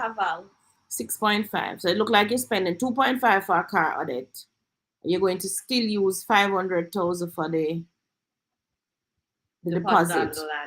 Then you're gonna have 5 million for the to put in investment. That's to put in the bond, I guess. Yeah. Good idea. Can read that, Tony. Kay says, it's the good idea to partner land bank or a subgroup from EcoStead can do this. There are other lands to buy and hold to develop. That is exciting. Shauna here. Oh, Shauna. Shauna ain't even kid though. That's wondering I said, hold on, EcoStead. Oh, this person get the name. So this is also so 2 persons here from EcoStead. So we have Shauna and Melissa. Okay, great guys. Thanks for joining. Yeah, we need to fledge out that some more. So on top of all of the other work that we have already to do for EcoStead. But the truth is, when you come together, everybody, you move faster, right? Mm-hmm. You go further to you go. In other words, you go farther, further. You can get richer faster too. Not only that, what I like about group is that you have support. Yeah, you have support. You're alone not doing it, and you have other people to bounce things off, to give advice. So like right now, even with the EcoStead with the Portland, the engineers got back to us from NWA, and I learned a new word this week. It was called hydraulic jump. Hydraulic jump. So I really had to go and Google it and that, and our engineer gave a very detailed thing on the hydraulic jump. So I dived into that, look at it. So I learned something new. Plus I have my technical team from EcoStead who also send it to them. So they are looking at it too. So we'll have different perspectives coming in and we can discuss it and we'll make a decision. We'll say, okay, yes, Claudia, all right, let's just send it off to that. Agree with the engineer and let's move forward. So I like the team thing because it's not me alone I have to think about this thing. I make this decision. And I tell you, you're stronger with the team, guys. Yeah. You better believe that. You're stronger with the team. You can move mountain with the team, you know. You alone can't even lift up a goat foot, you know. But you can move a whole mountain with a team. True. Right? So don't discount working in teams in your family. The only thing is you have to find a good team. You have to find a good team. You have to find a good leader. That is key. The team is weak without a strong leader. A country is weak without a strong leader. So is a church, so is a school, all of them things. It's no different to that team. Mm-hmm. Have to have a strong leader. Because sometimes you have some people in the team who want to do their own thing. Lena for rain them in and say, oh, stop right now. That's not how it goes. This is what the team decided, and this is how all of us going to follow this thing. Because the truth is, if you allow people to descend and do what they want, you're gone in anarchy now or whatever, right? True. So you have to have a strong leader who knows how to lead, and people are inspired to bring them A game, because that's what we want to know. We want people inspired to bring an A game. And it's not everybody, the leader won't have all the ideas. Other persons will have ideas, right? The leader alone can't execute either. Other people have to execute. Because the same Melissa and Shauna, put your right name for the thing when you come on. The same Melissa and Shauna in our EcoStead group, I rely on them heavily. Is it Shauna I bear the name of this? Carol. K. Shauna I bear the name K. I tell you, Shauna is the one who says, Miss D, remember that we have to do this. Remember, Miss D, we have to do that. That I tell you, that's very important, right? And very important for Melissa to be there to say, this is the records, this is what we have, that's that, and keep the thing in check. We need that, guys. So I'm glad I actually found this EcoStead team. There are 20 of us. I remember about 21, but I keep saying 2021. I need to go check. But I tell you, Shauna and Melissa will know exactly how much. So I don't even need to know that. I don't even need to know that. And we're actually only, guys, correct me if I'm wrong, there are only 3 men in the group, right? There's 17 ladies, and we all work well together. Right? There are only 3 men in the group. And it's the ladies who pull the weight, can I tell you? We're the ones who pull the buggy. But we don't mind. Because if we need the men to pull one of the buggy them for it, then we just jump in and pull it. If we get tired and we say we can't go no more, we get stressed, we call on them and we say, come guys, and come just help me now to do this. And we just jump in and do it. I think men can't do the day-to-day. No, they can't. Which is why I don't think they do well at marriages. But day-to-day, if he could just be a husband for 2 days out of the month, he'd be a very good husband. No, he wouldn't. My married women on this. Married women know you feel. Your husband just give you a good husband with 2 days out of the week, and you're good. Yeah, men struggle with the day to day. They tune out. That's the truth. They tend to tune out. They get restless too and despondent. They get restless, and then women talk a lot. 100 miles an hour. Poor man ears can't get you. All right. So what? So hold on. No. Answer my question. That's what I'm waiting on. No. Question, big moment. But remember, Odette answered saying that she would have only Odette in the car and then take the 5% NHT, and then use the old car to bring in money as a taxi or some other service. And then use the what is that? The rest for bonds? Hold on, Rose Simpson is here too. Hi, Rose. Yeah. Oh yeah. Hi, Rose. So, hold on. No one here, the one Shana. Wait there. There's an EcoStead reunion. Hey, Shana. But you know, it's funny. They're here almost every week. We're just not picking them up. Yeah. Hi, guys. Yeah. So we soon have our Shauna. We're supposed to be soon having our quarterly meeting, right? Yeah. So Shauna and Melissa and those people keep that in check with me. All right, so we're gonna answer anybody else want to answer the question? Have you calculated the opportunity cost? Or you missed them quick answer, Tony? No, I'm looking back. They haven't answered it, just so that. Oh, so they want a too big phone, but you're not gonna learn it. All right, let's get to the answer because it's 5 o'clock almost. Okay.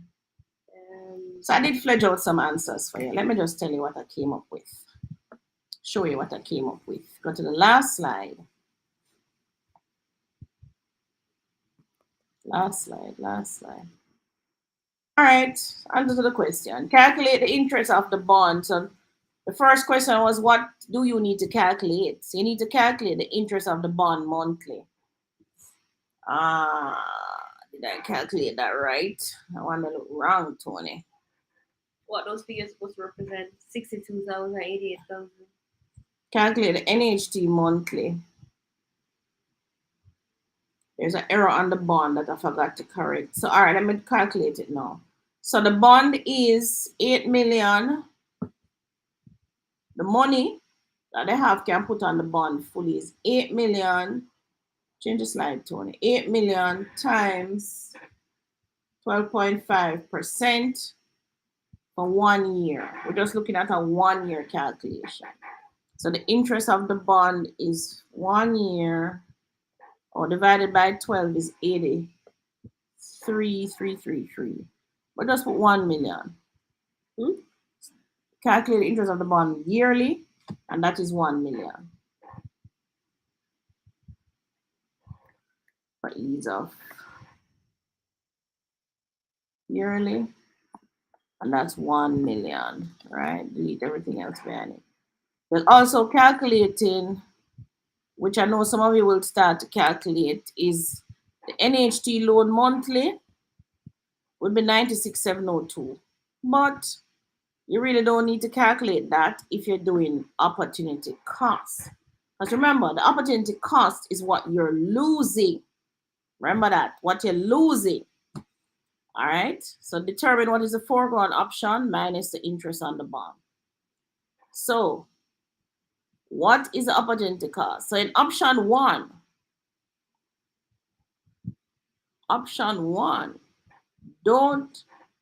there's also option one that was not mentioned, but I'm going to mention it now. Option one is don't buy the land or the car. Put all the money on the bond. Isn't that an option too?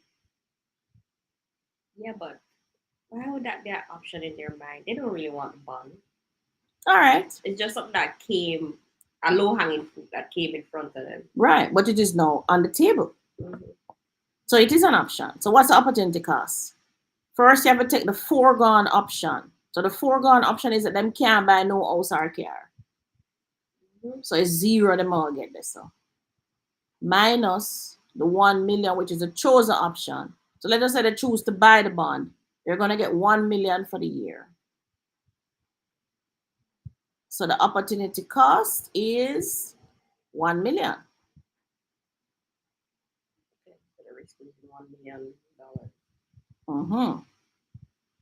Because it is a foregone option. So there is a foregone option of buying a house or car, but them don't buy the house or car, so them not get no money. Minus a chosen option, which is 1 million.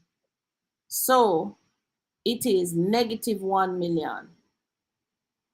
So they still get 1 million, but in a sense, them not make no money but the 1 million. That's what this negative 1 million means. 0 minus 1 million.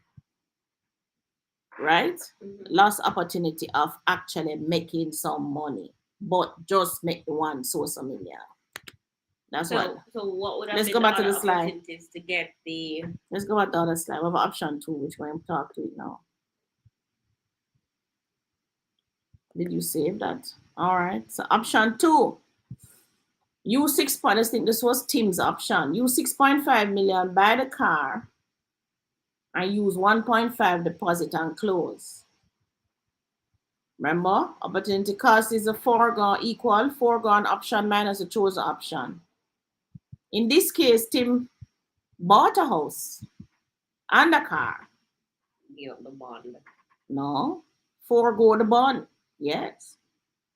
He did not. Him give up the bond. So him not the money. Can use the money, all of the money, buy a car and a house, a piece of house, because him still have to pay mortgage. No, he bought land. Still have to build house. Still have a bill house. No, he bought land, but there is no income. So the house not bringing any income, And the car not and the bringing car in. not bringing in any income. Remember, this is not what you pay out, guys. What you calculate is what you could have gotten coming in, right? That's why we don't look at mortgage on the car or mortgage on the land. All that is important. But we're also not looking at land appreciation or anything like that. No. It has to be ready income. Coming in. Okay. In other words, land appreciation don't have to be realized. Right. Because tomorrow morning a big flood come or earthquake or something in the land. Right? Mm-hmm. So the opportunity cost, remember, is the foregone option minus the chosen option. So he foregoed the 1 million. So he have 1 million minus 0. In opportunity cost, the last opportunity is 1 million for him. All right. Option 3, use 500K for deposit and closing. Borrow the rest from NHT to buy the land. Buy a pro box of 1.5 million and put the 6 million on the bond. So this was Miss Davis' option. All right. So is that calculated right? At 6 million, you're still getting $1 million bond? You're getting 750. Oh, 750. Which is a chosen option. Okay. So the chosen option is to put 6 million on the bond. Instead of the full. Mm-hmm. Gotcha. The foregone option is the 1 million that you didn't put on, is 8 million that you didn't put on the bond, which would have given you 1 million. Yeah. Right. So in this case, your last opportunity is only 250K.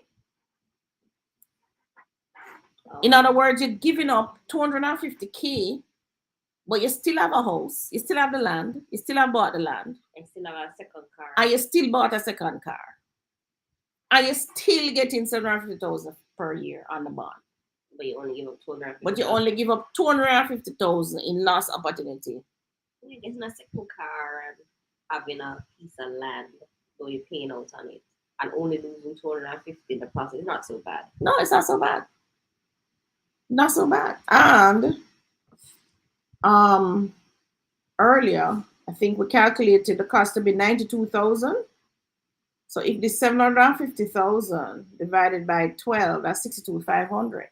So you can also use the 62,500 to offset the 92,000 if you want, or you roll over the 750,000 onto the 6 million, mm-hmm. And you would now have 6,750,000 to invest again on the bond.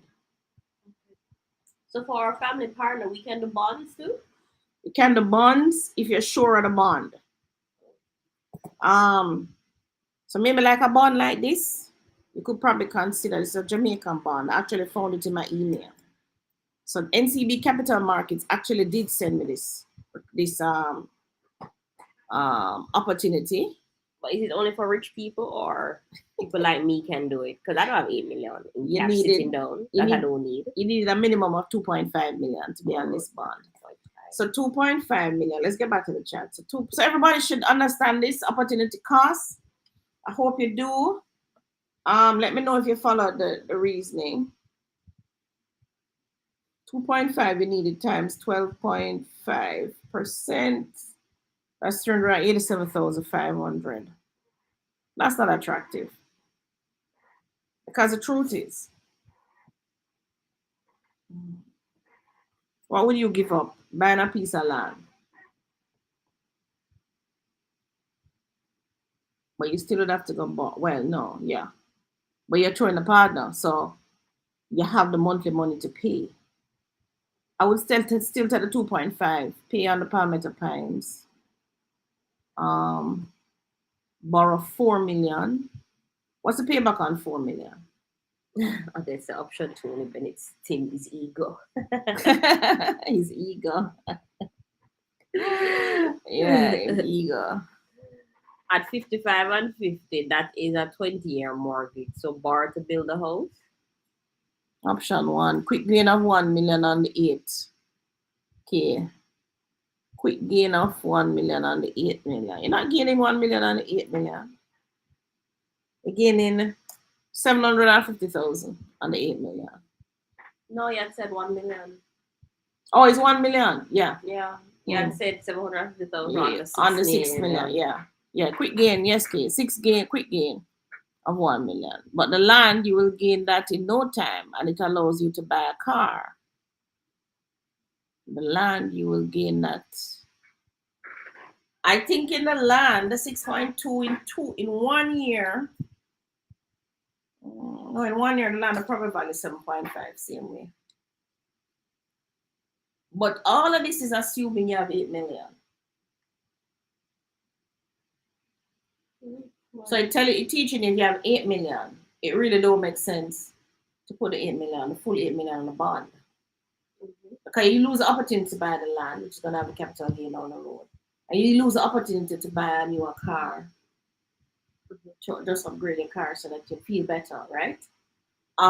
So what it is teaching, calculating the opportunity cost, teaches you to really look at it seriously.